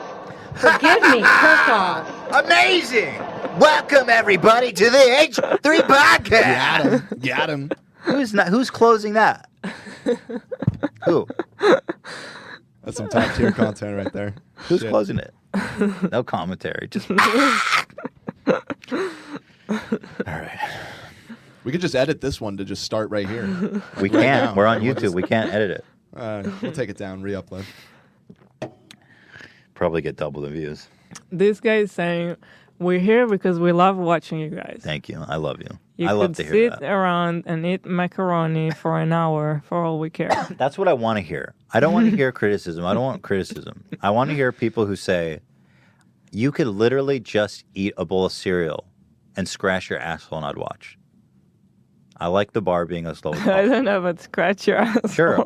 Well, maybe that's interesting to someone. I don't know. But I like to hear that. Thank you. Appreciate that a lot. How did you get to jerk off from Kirkhoff? Well, she's obviously got something else on her mind. Julie Ann Jerkoff. Sorry. Everyone in the crowd's like, ooh. Kirkhoff. This person is saying, I think most of the growth comes from fans. My laptop's about to explode. Yeah. All right, that's the thing with the razor. Actually, you hear that from here. Why is that Jesus. so loud? I don't know. It's not doing it. Okay. Sorry, Hila, what? Basically, he was saying that it's the growth comes from like fans telling fans, I guess, or word of mouth. I know. I appreciate. I listen. Don't get me wrong. I love all you guys. I love all you flipping effers. You guys are the greatest. You just want to do the best show you can. That's right. By the way, should we address the shipping on Teddy Fresh? Because someone was just asking about it. I don't know if this is the right medium. You can talk at this point. We can talk about anything. I don't give a shit. Nobody's listening. What, you want to talk about it? Go ahead. We had a lot of issues with the international shipping being Teddy Fresh specifically on Teddy Fresh, and the reason is that we were trying a certain plugin that allows you to pay the customs ahead of time, and so the shipping was including that. But we realized it wasn't the best, so now we canceled it. So now it's back to normal shipping prices. Yeah, the shipping on international was insane, but we fixed it. It's still expensive, but that's out of our control. That's just what it costs. The international shipping's fucked because you don't understand that all these countries have all these different tariffs and duties and stuff. So what the plugin did is it pre-charged you for duties so that it doesn't get held up. If you're in Canada, for example, or the UK, and you order something from Teddy Fresh, there's a chance that they're going to hold it at the post office and make you come and pay a duty. Yeah. This circumvented that, which is helpful for some, but honestly, it just ended up in a lot of people paying more money for no reason. So whatever, we leave it up to chance. But if you were discouraged by the shipping price, then maybe check again. Maybe it's better now because we did make some changes. Whew. Maybe we should open with that. What's the Breaking news. What's the most Welcome boring to opening we the can H3 do? podcast about shipping. Hello, everybody, and welcome. We've got an update about shipping for Teddy Fresh. USPS. Did you know that FedEx has given us a discount recently? It's making me fall asleep. Anyway, I think those 15 minutes are crucial, and I want to find out, because we're upping our production quality, as you guys can tell, or at least we're trying. I don't know if we are, but we're trying to be more organized, have everything more put together. It's a lot of extra work. We've been here on these days now on the podcast. We're here since yesterday we're working all day. We get here at 10 a.m. These guys are here earlier, but working all last night. I mean, we're here for hours and hours and hours. Like how many of our backstage? Ian, Alex, Dan, Sarah, four backstage, and me and Hila, grinding. And I'm wondering, is it worth it? Like all this work we're putting in, like, God, are we working too hard? But I don't know. First 15 minutes are crucial. I want to find a way to. Okay, whatever. Let me fucking move on. Play the shit. What do we got next, Dan? People stealing stuff. Play that. People stealing stuff. Right, hold on. It's the. Oh, I see it. Jerk off. That would have crushed. Our views would be at 40,000 right now. Excuse me. All right, here we go. Go ahead. Is that yours? A little loud. Oh, you need some help? Do you know how to do it? Yeah, this is our stuff. This is yours? Yes. This is yours? No, it is. This is all ours. All of it. The chairs, the bag, it's all our stuff. My kids. Yep, that's my kids. I'm sorry. Yeah. Shocking. They just can't believe it. Who the fuck? Shocking. It's okay. We'll let it slide, but I'm glad I made it in time. I'm not making it slide. I'm telling you. No, there's... No, step away from my shit. How about that? You know what? I will, and then I'm going to take that camera and put it in the grass. Are you going to like that? Ooh. All right, Step ladies. back. Oh my god, dude. Seriously? Wow, that took a dramatic turn, I have to say. And I like how it ends with the camera being slapped and then it just ends. What? There's some chutzpah. Like, is that really the heist? Is that a heist moment to steal somebody's beach canopy? Apparently, sell it for $50. Also, what is the state of mind where somebody has this epic beach setup with a canopy and towels and boogie boards, and you're like, I'm gonna disassemble all of it and walk? Like, that's not an easy operation. That's not grabbing a wallet at somebody's shoe. Mm-hmm. Was it an honest mistake? No way. Well, what kind of theft is that? What kind of mistake is this? You walk into someone else's stuff. I can't wrap my head around trying to disassemble and steal a beach canopy. Isn't it kind of a thing though that and older his people bags just start stealing? Like that. It's kind of a. You're quiet. Oh, my bad. I had turned it down for that video. Yeah, isn't it a thing that older people? I haven't heard of such a thing. Is that a thing? Yeah. Older people steal? They steal a lot. What? I'm looking for it to be like the elderly. I guess they weren't necessarily elderly. What's the theory? They need some money. They don't get punished. A lot of elderly people have money problems and everything, and they also just kind of have the attitude. They don't give a fuck anymore. I never heard that. Dan, are you theory? an ageist? Sounds Imagine racist. about a race. Let me pull up some statistics. I'm pretty sure this is actually Imagine a thing. Dan saying that about a race of people. They've got money problems and they just don't really give a fuck. It's not a and race thing. This is an age thing though. So come at me, elderly. I'll take you all. Is old people steal shit? Who knew? People say when I'm old, I'm just going to take heroin and enjoy myself. Is that a real thing? Or I think it's not. Because I don't think that would really be enjoyable. I used to think that I would be like, you know what? When I retire, I'm just going to play World of Warcraft. It's going to be beautiful. Thing is that you don't enjoy the same stuff that you enjoyed when you were a kid. Yeah. When I was in college, I was playing, or high school, I was playing EverQuest and World of Warcraft 12 hours a day. And that was my bliss. I've never enjoyed anything as much. I'm like, when I retire, that's all I'm going to want to do, right? Now I'm afraid of that when I retire. Yeah. What is it that, like, when you're 20, in the prime years of your life, you can spend 15 hours playing World of Warcraft, but when you're 60 and you have nothing to do, you feel like you're wasting your life? Isn't that twisted? Why don't you tell us when you're 60? Okay. Report. I will check in then. Thank you, Hila. I will be checking in for sure. So an update on that. It's not necessarily that that like most shoplifters are elderly or anything like that, but many people who have never committed crimes in their life start to do it when they're older. And the study that I'm seeing, I guess it has more to do with mental illness and Alzheimer's and things like that, is why the rate kicks up at 60 plus. So that is a bit of an ageist thing. I mean, you're blaming old people for stealing, but it's actually just mental illness. That's kind of twisted. Dude. It's ableist too, I know. I'm all kind of ists. I got to pee really bad. Okay, let's move it on. We have 2 more segments here. We got Ethan Go to Your Room, and we've got Hila Does the News. So let's bump it to Ethan Go to Your Room. Okay? I'm gonna eat some crow here. Let's bump it. Go ahead and play the song. Ethan, go to your room.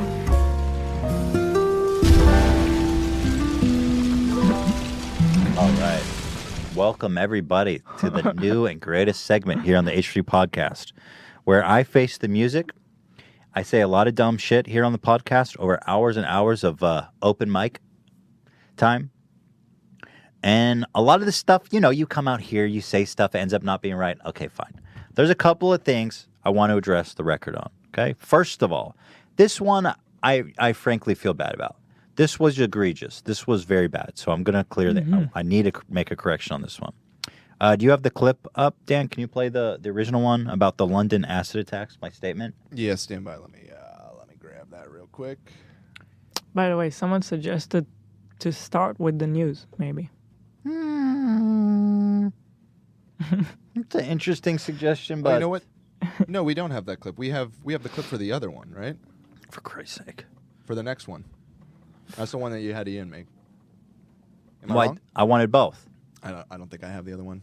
All right, well, what I said, what we were talking about, I had read an article that acid attacks were on the rise in London. Well, it was related to that dumb prank. You remember? Right. There was a young Arab man who was a YouTuber who got banned off YouTube for pretending to throw acid in people's faces. And what I was saying is that acid attacks were on the rise in London. Apparently, it's a very common thing. And so he was kind of piggybacking off that, which was really fucked up. And I assumed because he was a young Arab man that it was scaring people more because I thought the acid attacks were acts of racism or terrorism. I was dead wrong on that. And the truth of the matter, here I'll read this. Statistics released by the London Metropolis Police and the BBC provide a breakdown of every recorded acid attack over a 15-year period by age, gender, ethnicity, borough, hate crime, and outcome. It's the full picture of the findings. So here we go. The suspects were 74% of the time. The suspect was male 74% of the time, and the victim was male 67% of the time. Just 6% of the suspects were Asian. I guess the assumption was that they were, because you have these honor attacks in the Arab world or the Southeast Asian world, or is it? It's like in Pakistan or somewhere. It's like a Muslim thing. I'm probably making an idiot. Well, of you're myself. supposed to correct now. Well, I asked them for what are they?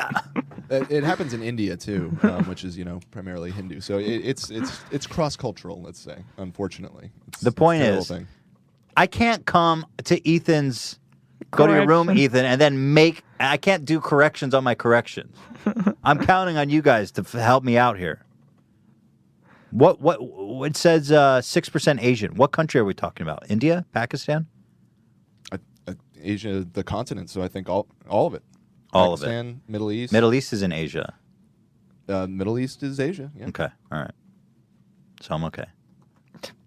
The point being that it's not Muslims primarily doing it in London, right? That's the point. So that is the point. The point is that it's actually what's happening here is that there's gangs in London, biker gangs I read, who are they're throwing acid in each other's face. some kind of retribution. And it's not terrorism, or it's not, Arabs or Pakistanis or anything like that. So I made an absolutely wrong conclusion on that one. So that was just my bad. Okay. It does say a little something, though, that I would assume that, Well, yeah. To be fair, you lived with me in Israel for 5 years, and in Israel, that is the reality usually. When there's some sort of an attack like that, it is usually terror related and that kind of stuff. So I can see why you made that assumption. But that was a bad one. I felt bad about that one. And I want to correct the record. The other one, this one's a weird one. I've been catching a lot of flack, I've noticed, for apparently sending out Nazi propaganda. That's an interesting accusation to level against me.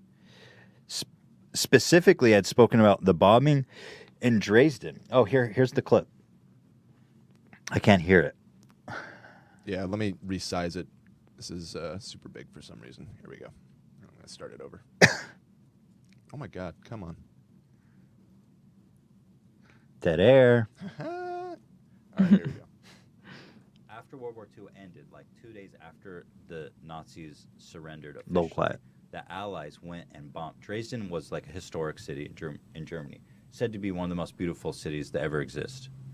And it was untouched by the war because it was just a civilian city. There was no military there. Right. 2 days after the war ended, the Allies, England specifically, and I think America, they firebombed the whole fucking city just out of straight revenge. And they killed 300,000 civilians. Something like that. So anyway, basically I had said that. Now the real story is that...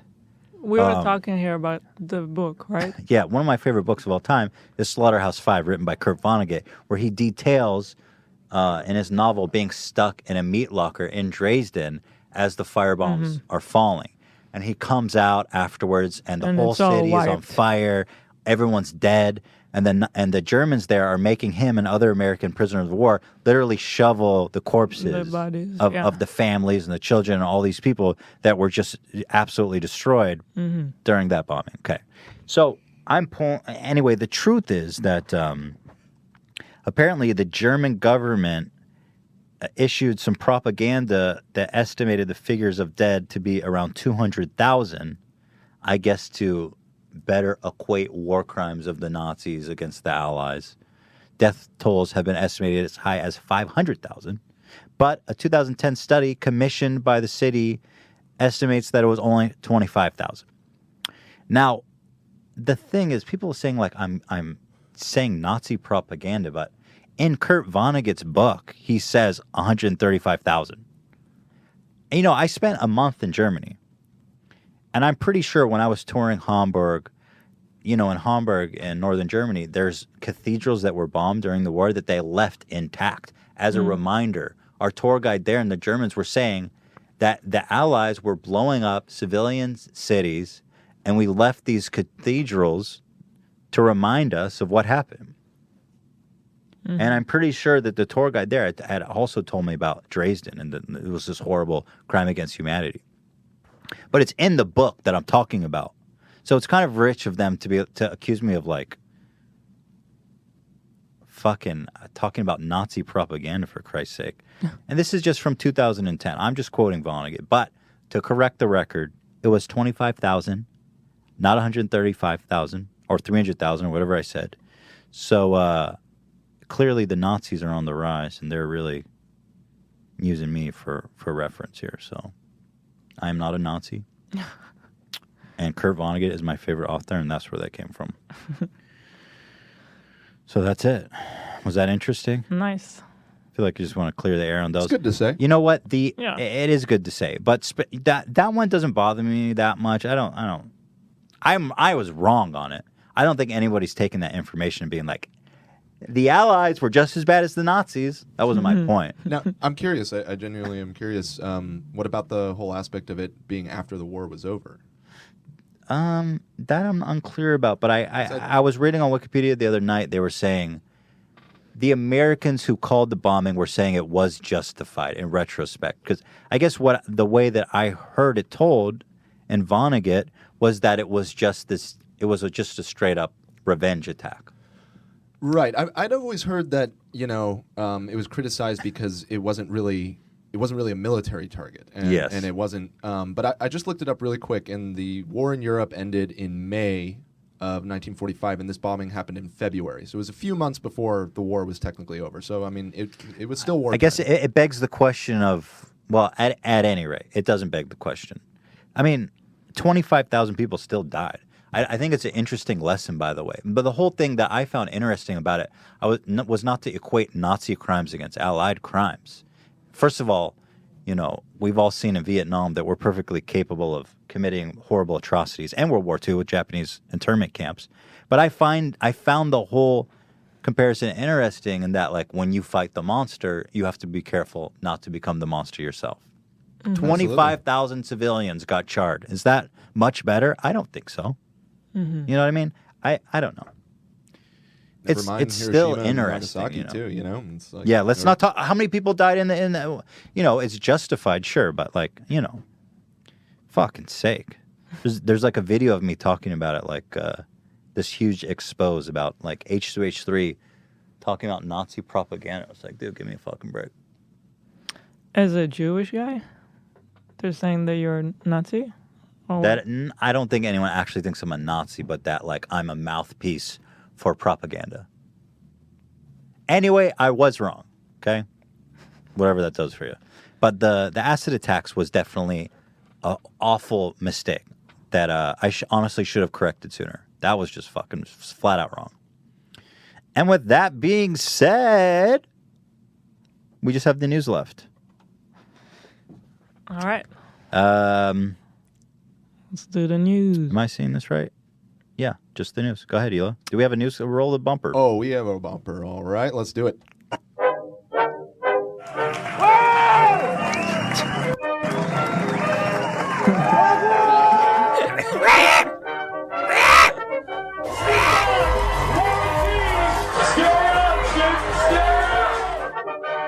All right. I can't see it, but it sounded like a hoot. Hila, you are all set up to go. All right. First story. Trump implements tariffs on Canada, Mexico, and EU. Wow. Honestly, that one, I have to say, I don't know much about it. So, well, I'm sure it's complicated, but I also know that, Canada and Mexico are like our close trade allies. So, yeah. My feeling is it's not a good thing because they're going to retaliate. And it's just going to turn into a bunch of isolationism, which generally isn't a good thing, but I don't know. Yeah, I believe Canada's already announced that they're hitting us back dollar for dollar, basically. Generally, when the world and the countries start shrinking into themselves, it's not a good thing. Mm-hmm. But, again, I don't know. I guess they think it's, I don't know, it's supposed to help with there's a trade deficit. Right. I don't know. What's next? Yeah, next. A lot of enthusiasm for that story. Netflix. Briefly, Netflix tops Disney as the biggest media company in the world. That's crazy. That's a big one. Pretty nuts. Netflix surpassed Disney in market value Thursday, hitting a high market value of $156 billion. $156 billion. That's their value, the dollar value of their company? It's their market cap, so it's their value on the stock market, essentially. 125 million subscribers. That's almost half of the whole country of America. That's wow. They where's that? Oh yeah, they are now accounted for 36% of all downstream internet traffic. And YouTube is second at 15%. Wow. Twice as much as YouTube? Yeah. Huh. Over twice. It's like massive. I gotta say, I don't spend that much time on Netflix. But we have it. I have it. But they're talking about got usage. Yeah. Well, clearly people are using it. Yeah. I find it harder and harder to use Netflix, if I'm being honest. You know what I mean? I've What's enjoyed. the beef with Netflix? I don't have a beef. I just have a hard time. I have like choice paralysis. Like I go on there and I'm like, I don't know what to watch. I find myself spending more time on Hulu, personally. It keeps changing. It's like 1 month you're all of a sudden on Hulu. Yeah. I enjoy both though. I always feel like there's nothing to watch on all of them. Just straight up. You're a tough cookie. Friends. Did you hear about the Spider-Man I have heard about story? What's the story? Dan, do we have the video? Yeah, let me cue that up. So there was a child hanging from a balcony. And, well, let's see it.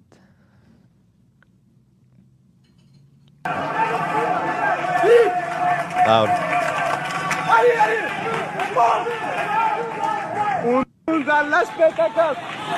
Well, there's like hordes of people coming up there. Look at this guy. Dude, that kid's just dangling, man.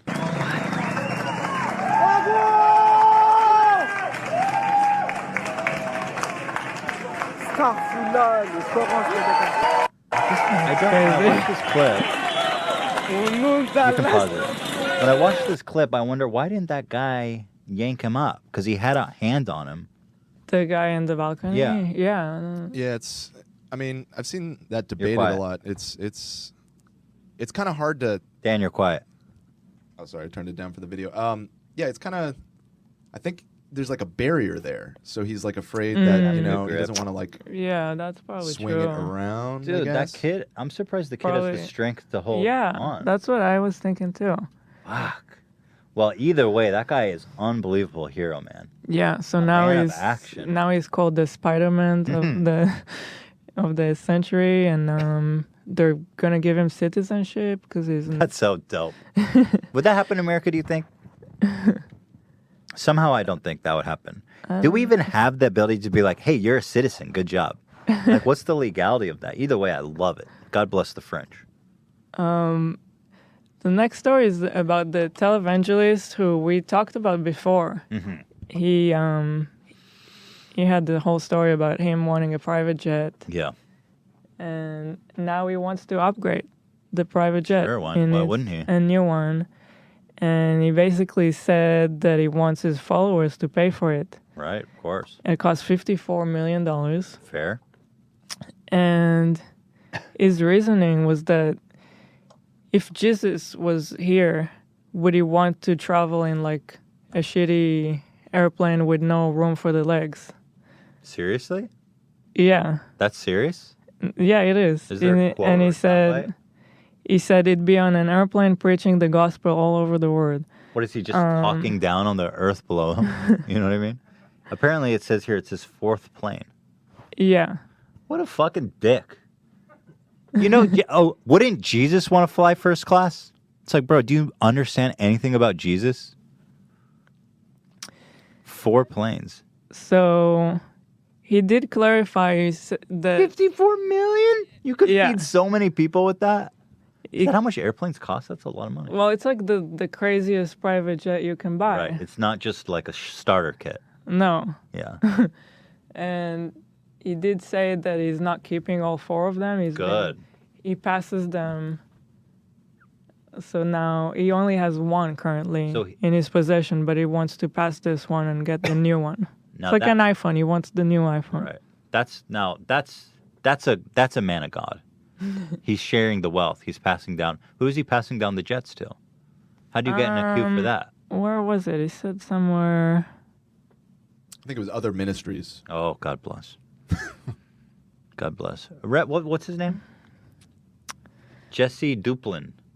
Dupe's in his name, for Christ's sake. Duped ya. Duplin. Reverend Duplin, can I please? Oh, Reverend Duplin. There's also a video he made in response to the backlash that he got, if you can call it. You got the vid? Thank God. Friends, I guess you've noticed all the media why is that's everything been coming gilded and all in the gold? different things that's being said about me concerning this plane. Yeah. First thing I want to say this. They never started the story. I did. His teeth are so Why? white. Because I wanted to be completely honest with all my partners and friends like you. who support and everywhere. love He's this like the ministry image all of a these fake years. religious person. I started it. They did not. How he's got like and I a want to be Bible honest, so open. you know that I've owned 3 planes. I don't have 4 planes right now. I don't have That's a a big fleet of difference. planes. Okay, I have thank one God. plane, Sure. and I've had it for 12 years. This one. Wow, that's a long And time we're to have a giving this plane. one away because we're believing God for the 7X to come in. Now, what's so amazing about this, I had a partner write me, and I think it's really wonderful, and I'd like to read what he said. He said, I'm a longtime follower and friend of your ministry. I'm disturbed by the huge volume of negative press you are getting, reporting you're trying to dupe followers into buying you a new plane. I'm sure there's a lot more to the story. I'm not looking for a lengthy explanation, but can you help me figure out what to say to people who say you are doing wrong? That is a great, thank you for saying that. First thing first, I've never raised money for the plane. I put it in our magazine and said, believe God with me. It's a vast difference between What believing does that God mean? and asking for money. Now, it takes money to run anything. That's common sense. Sorry? But the Believe in Lord God told me with many me. years ago, Yeah. and some people don't believe that when I say the Lord said it. So I'm going to say it because I believe it. He said, you don't need to raise money for this. This will just come. Now, I've raised money for a lot of other things, and there's nothing wrong with that because religious organizations do that. But this one, he said, this one will just come. Little did I realize that people would pick this story up. And, you know, when you start picking up a story, people start adding things to it, taking things away, things of that nature, and it gets all mixed up. It's 'cause it's Let me just say it psychopath. again. This is coming. This is the truth here because I'm the one This that is the started truth here, this. boy. First, I've always believed in you, and you've always believed in me.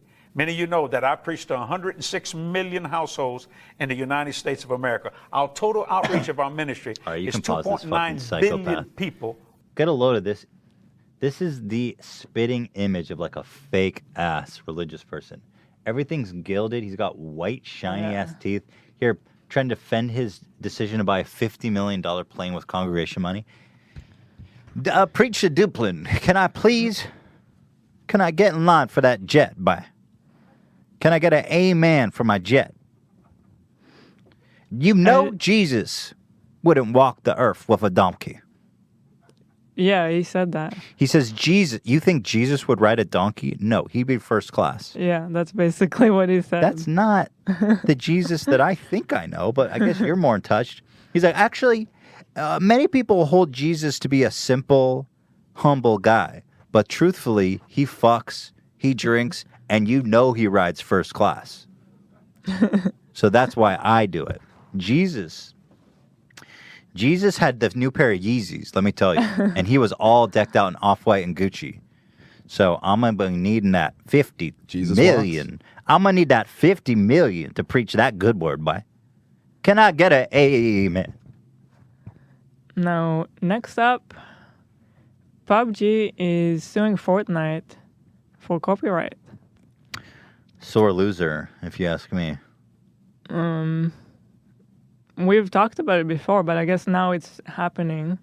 So what are the details? What exactly are they suing So what them they're for? saying is that Fortnite didn't have the Battle Royale mode only until like they saw that PUBG was Is that a making it violation of popular. copyright?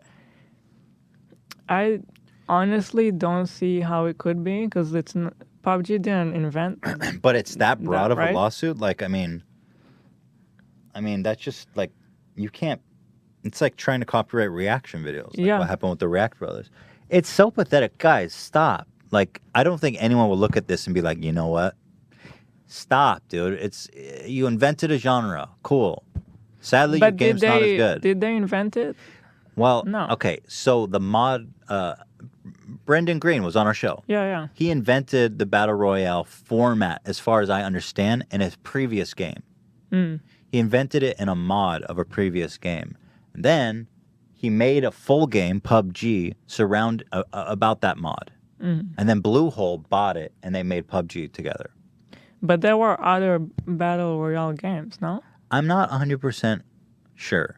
He may have invented the genre, but I mean, what? Hmm. You what? Like that's like saying, Wolfenstein or Doom. Sonic is a ripoff of Mario. Like what? Mario owns platform gamers. I don't know what was the first 3D yeah. shooter. I think it was Wolfenstein. I don't know. But it's like saying, oh, Doom ripped this off. Yeah. It's the same company, It's- but your point stands. Right, sure, okay.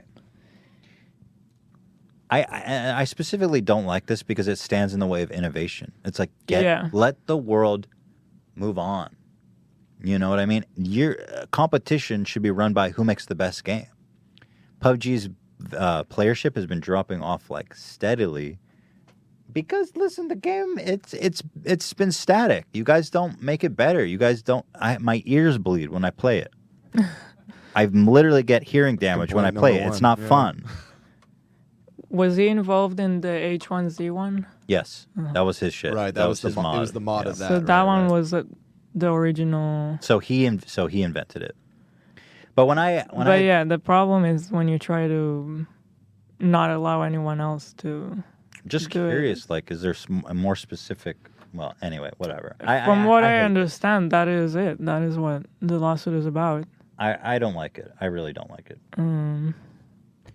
By the way, the game is different enough. I've played both. You know, the mechanics of Fortnite is completely different than the mechanics of PUBG. They are two very different games. Mm-hmm.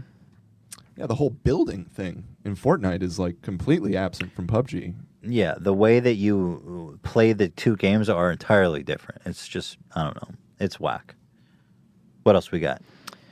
Next up is in Ukraine, there was a fake death that they staged. Basically, a Russian journalist was... Somehow, they figured out that they put like a hit on him. Russians put a hit on this Ukrainian journalist. I think he's actually Russian.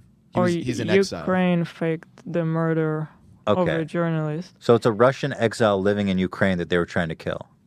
I think so, yeah. Okay. And so they wanted him dead, and I guess he knew it. And then they decided that the best way to solve this whole situation was to fake his death. That's crazy. And then basically they put a hit on him. Mm-hmm. So they faked his death, and then they asked the person who was gonna kill him to say that he did it. And once he said that, they would pay him, right? Because there was like a hit on him. Even though he didn't do it. He would pretend to say that he was the guy who killed him. Mm-hmm. And once he was going to get the money, they had proof that there was someone that was willing to pay for his death. Mm-hmm. Does it make sense? Not really. Dan, do you want to explain it? Well, from what I understand, it's that, you know, they knew of this guy that had supposedly was offering money to kill this guy. And so one of the people that he had offered money to betrayed him. That was the guy that like alerted this journalist to it and everything. And so he played along in this whole ruse. He said, I killed the guy, and they announced it in the news, and the dude was They hired the guy who was who paid this fake assassin. Right. They involved him in this plot. And so how about that? Yeah, and then the guy came to pay up. He's like, "Hey, thanks for offing this guy. Here's $100,000 or however much it was." They came and arrested him. Boom, got him. Sting operation. That's crazy. That's some James Bond shit. Yeah. But then he shows up in like there's a video of it, right? Let me see that. You've got a video of him showing up from the dead the next day? That's crazy. No sound. Is there sound? There's no sound on this one because it's one of those stupid BBC videos. I got the original. That guy's got the most Russian-looking face I've ever seen in my life, if I can say that. A little bit, yeah. No? I got vetoed on that, Hila? All right. This isn't very interesting without any sound. Cool. That's pretty wild. Right. That was hard to explain, but interesting. Snoop Dogg set a Guinness record for gin and juice. God bless. They made the biggest gin and juice drink. Snoop Dogg made the biggest gin and juice drink. Oh, we have got a video. Oh, that is a big one. Snoop Dogg is giving us just another reason to love him. The 46-year-old rap legend helped create I don't need the to hear this world. lady. Yeah. That's a big ass gin and juice. What? They got a whole audience for this shit? I can do that. I can get a big ass glass and put a bunch of gin and juice in it. Call it together like 20,000 people. Sarah just pointed out the straw has a watermelon garnish, like an entire watermelon. That's dope. Look at that. Oh, they crossed the line even. God bless Snoop. He's out. Snoop Dogg's the best. He's out there You know what I mean? He's active. He's breaking world records. I can't think of a better thing to do with my time to make the biggest gin and juice ever and get a whole crowd together for it. You know? Can't think of anything better to do, really. By the way, Warren G was also there. Of course he was. German zoo escape. Lions, tigers, and jaguar escaped a zoo and a bear, and then they captured them. Apparently, it was part of there was a flood, and that was the reason it happened. But it just sounds so funny, 2 lions, 2 tigers, and a jaguar escaped the zoo. Not ostriches, not monkeys. Predators. Alpha predators. Whoops. And did anyone get hurt? Did anything happen? The bear did, right? The bear. Oh, the bear got hurt. Yeah. Was it what kind of bear was it? I'm not sure. It just says that a bear also escaped, but they shot him dead for some reason. Here's some footage of the flood. This is why it happened right here. Oh shit. First your city floods, and now you got tigers on the prowl for your ass, and they're probably hungry too. Whoops. Okay. Zoos be crazy. Am I right? Zoos. Keep a track of your animals, am I right, people? Right? Pound it. Keep those, you know what I'm saying? Last story was NoFX, the band. Oh, yeah. Had said some crazy shit about the Vegas shooting. And they got into trouble. What I wanted to say was, you know what? I'm not even going to say it. I'm not even going to go there. When I saw this, I recoiled. I was like, there's been a lot of people talking about certain things being offensive. I saw this and I was like, now that's offensive. What were the stuff they said? For example, go ahead. They did a show in Vegas, and they just kept going on and on about in regards to the Vegas shooting. They were like, at least those fans were country fans, or not in Vegas. Can you imagine that? Saying that to a Vegas audience? Man, about that Vegas shooting, at least they were country fans and not punk rock fans. And I think what he said, to be exact, was, I guess you only get shot in Vegas if you are in a country band. Or they also said, we played a song about Muslims and we didn't get shot. Hooray. Those are the clips? Quotes of it. I know there's clips. At least they were country fans and no punk. Is there no fans. clips? I'm trying to find the cell phone footage. It's pretty bad, but... all right, whatever. At the end, doesn't have it ready. At the end, there was a bunch of... they lost some really big sponsor that was going to do a festival with them. And they apologized on their social media, Facebook, Twitter, and now they're thinking of an even better apology. I saw a video that was really brutal. All right, whatever. We don't have it. Yeah. So that's it. That's all we got. What do we have anyone coming next week on the show? Not right now. Not yet. But we've got some great big ass guests coming. And we'll let you know when we figure out who those great big ass guests are. We know, well, you said that Tom is coming. Tom Segura. Week after next. And then I think it's the week after that. We've got, it's 2 weeks after that, Crystalia is coming in. Very excited for that. Yeah, that should be fun. And then Bo is coming in. Yeah, we got Bo Burnham, I believe the week after that. Yeah, really? Yeah, that's July 6th. I'm excited, man. July 6th, we got Bo Burnham. And on Monday evening, we are going to be, I don't know if, does Bobby live stream his podcast? That's a good question. That's a good question. Well, either way, I've never caught it live. Yeah. Well, I'm not sure. Either way, we're going to be doing that on Monday. We just posted a new video on H3 if you guys haven't seen it. A lot of fun there. There's some new t-shirts on teddyfresh.com. Check them out. And that's about it, guys. Thanks for bearing with us. This was a steady decline. It started bad, it got good, and then it just steady decline. Maybe that's the way to do it. Either way, thank you for watching. We will be here next week. Shredder is literally pulling up the carpet. Shredder's like, let me the hell out of here. Guys, have a great weekend. Love you. Thanks for sticking around. Wish you the best. Ta-ta. Appreciate you. All the great things in the world. The best to you.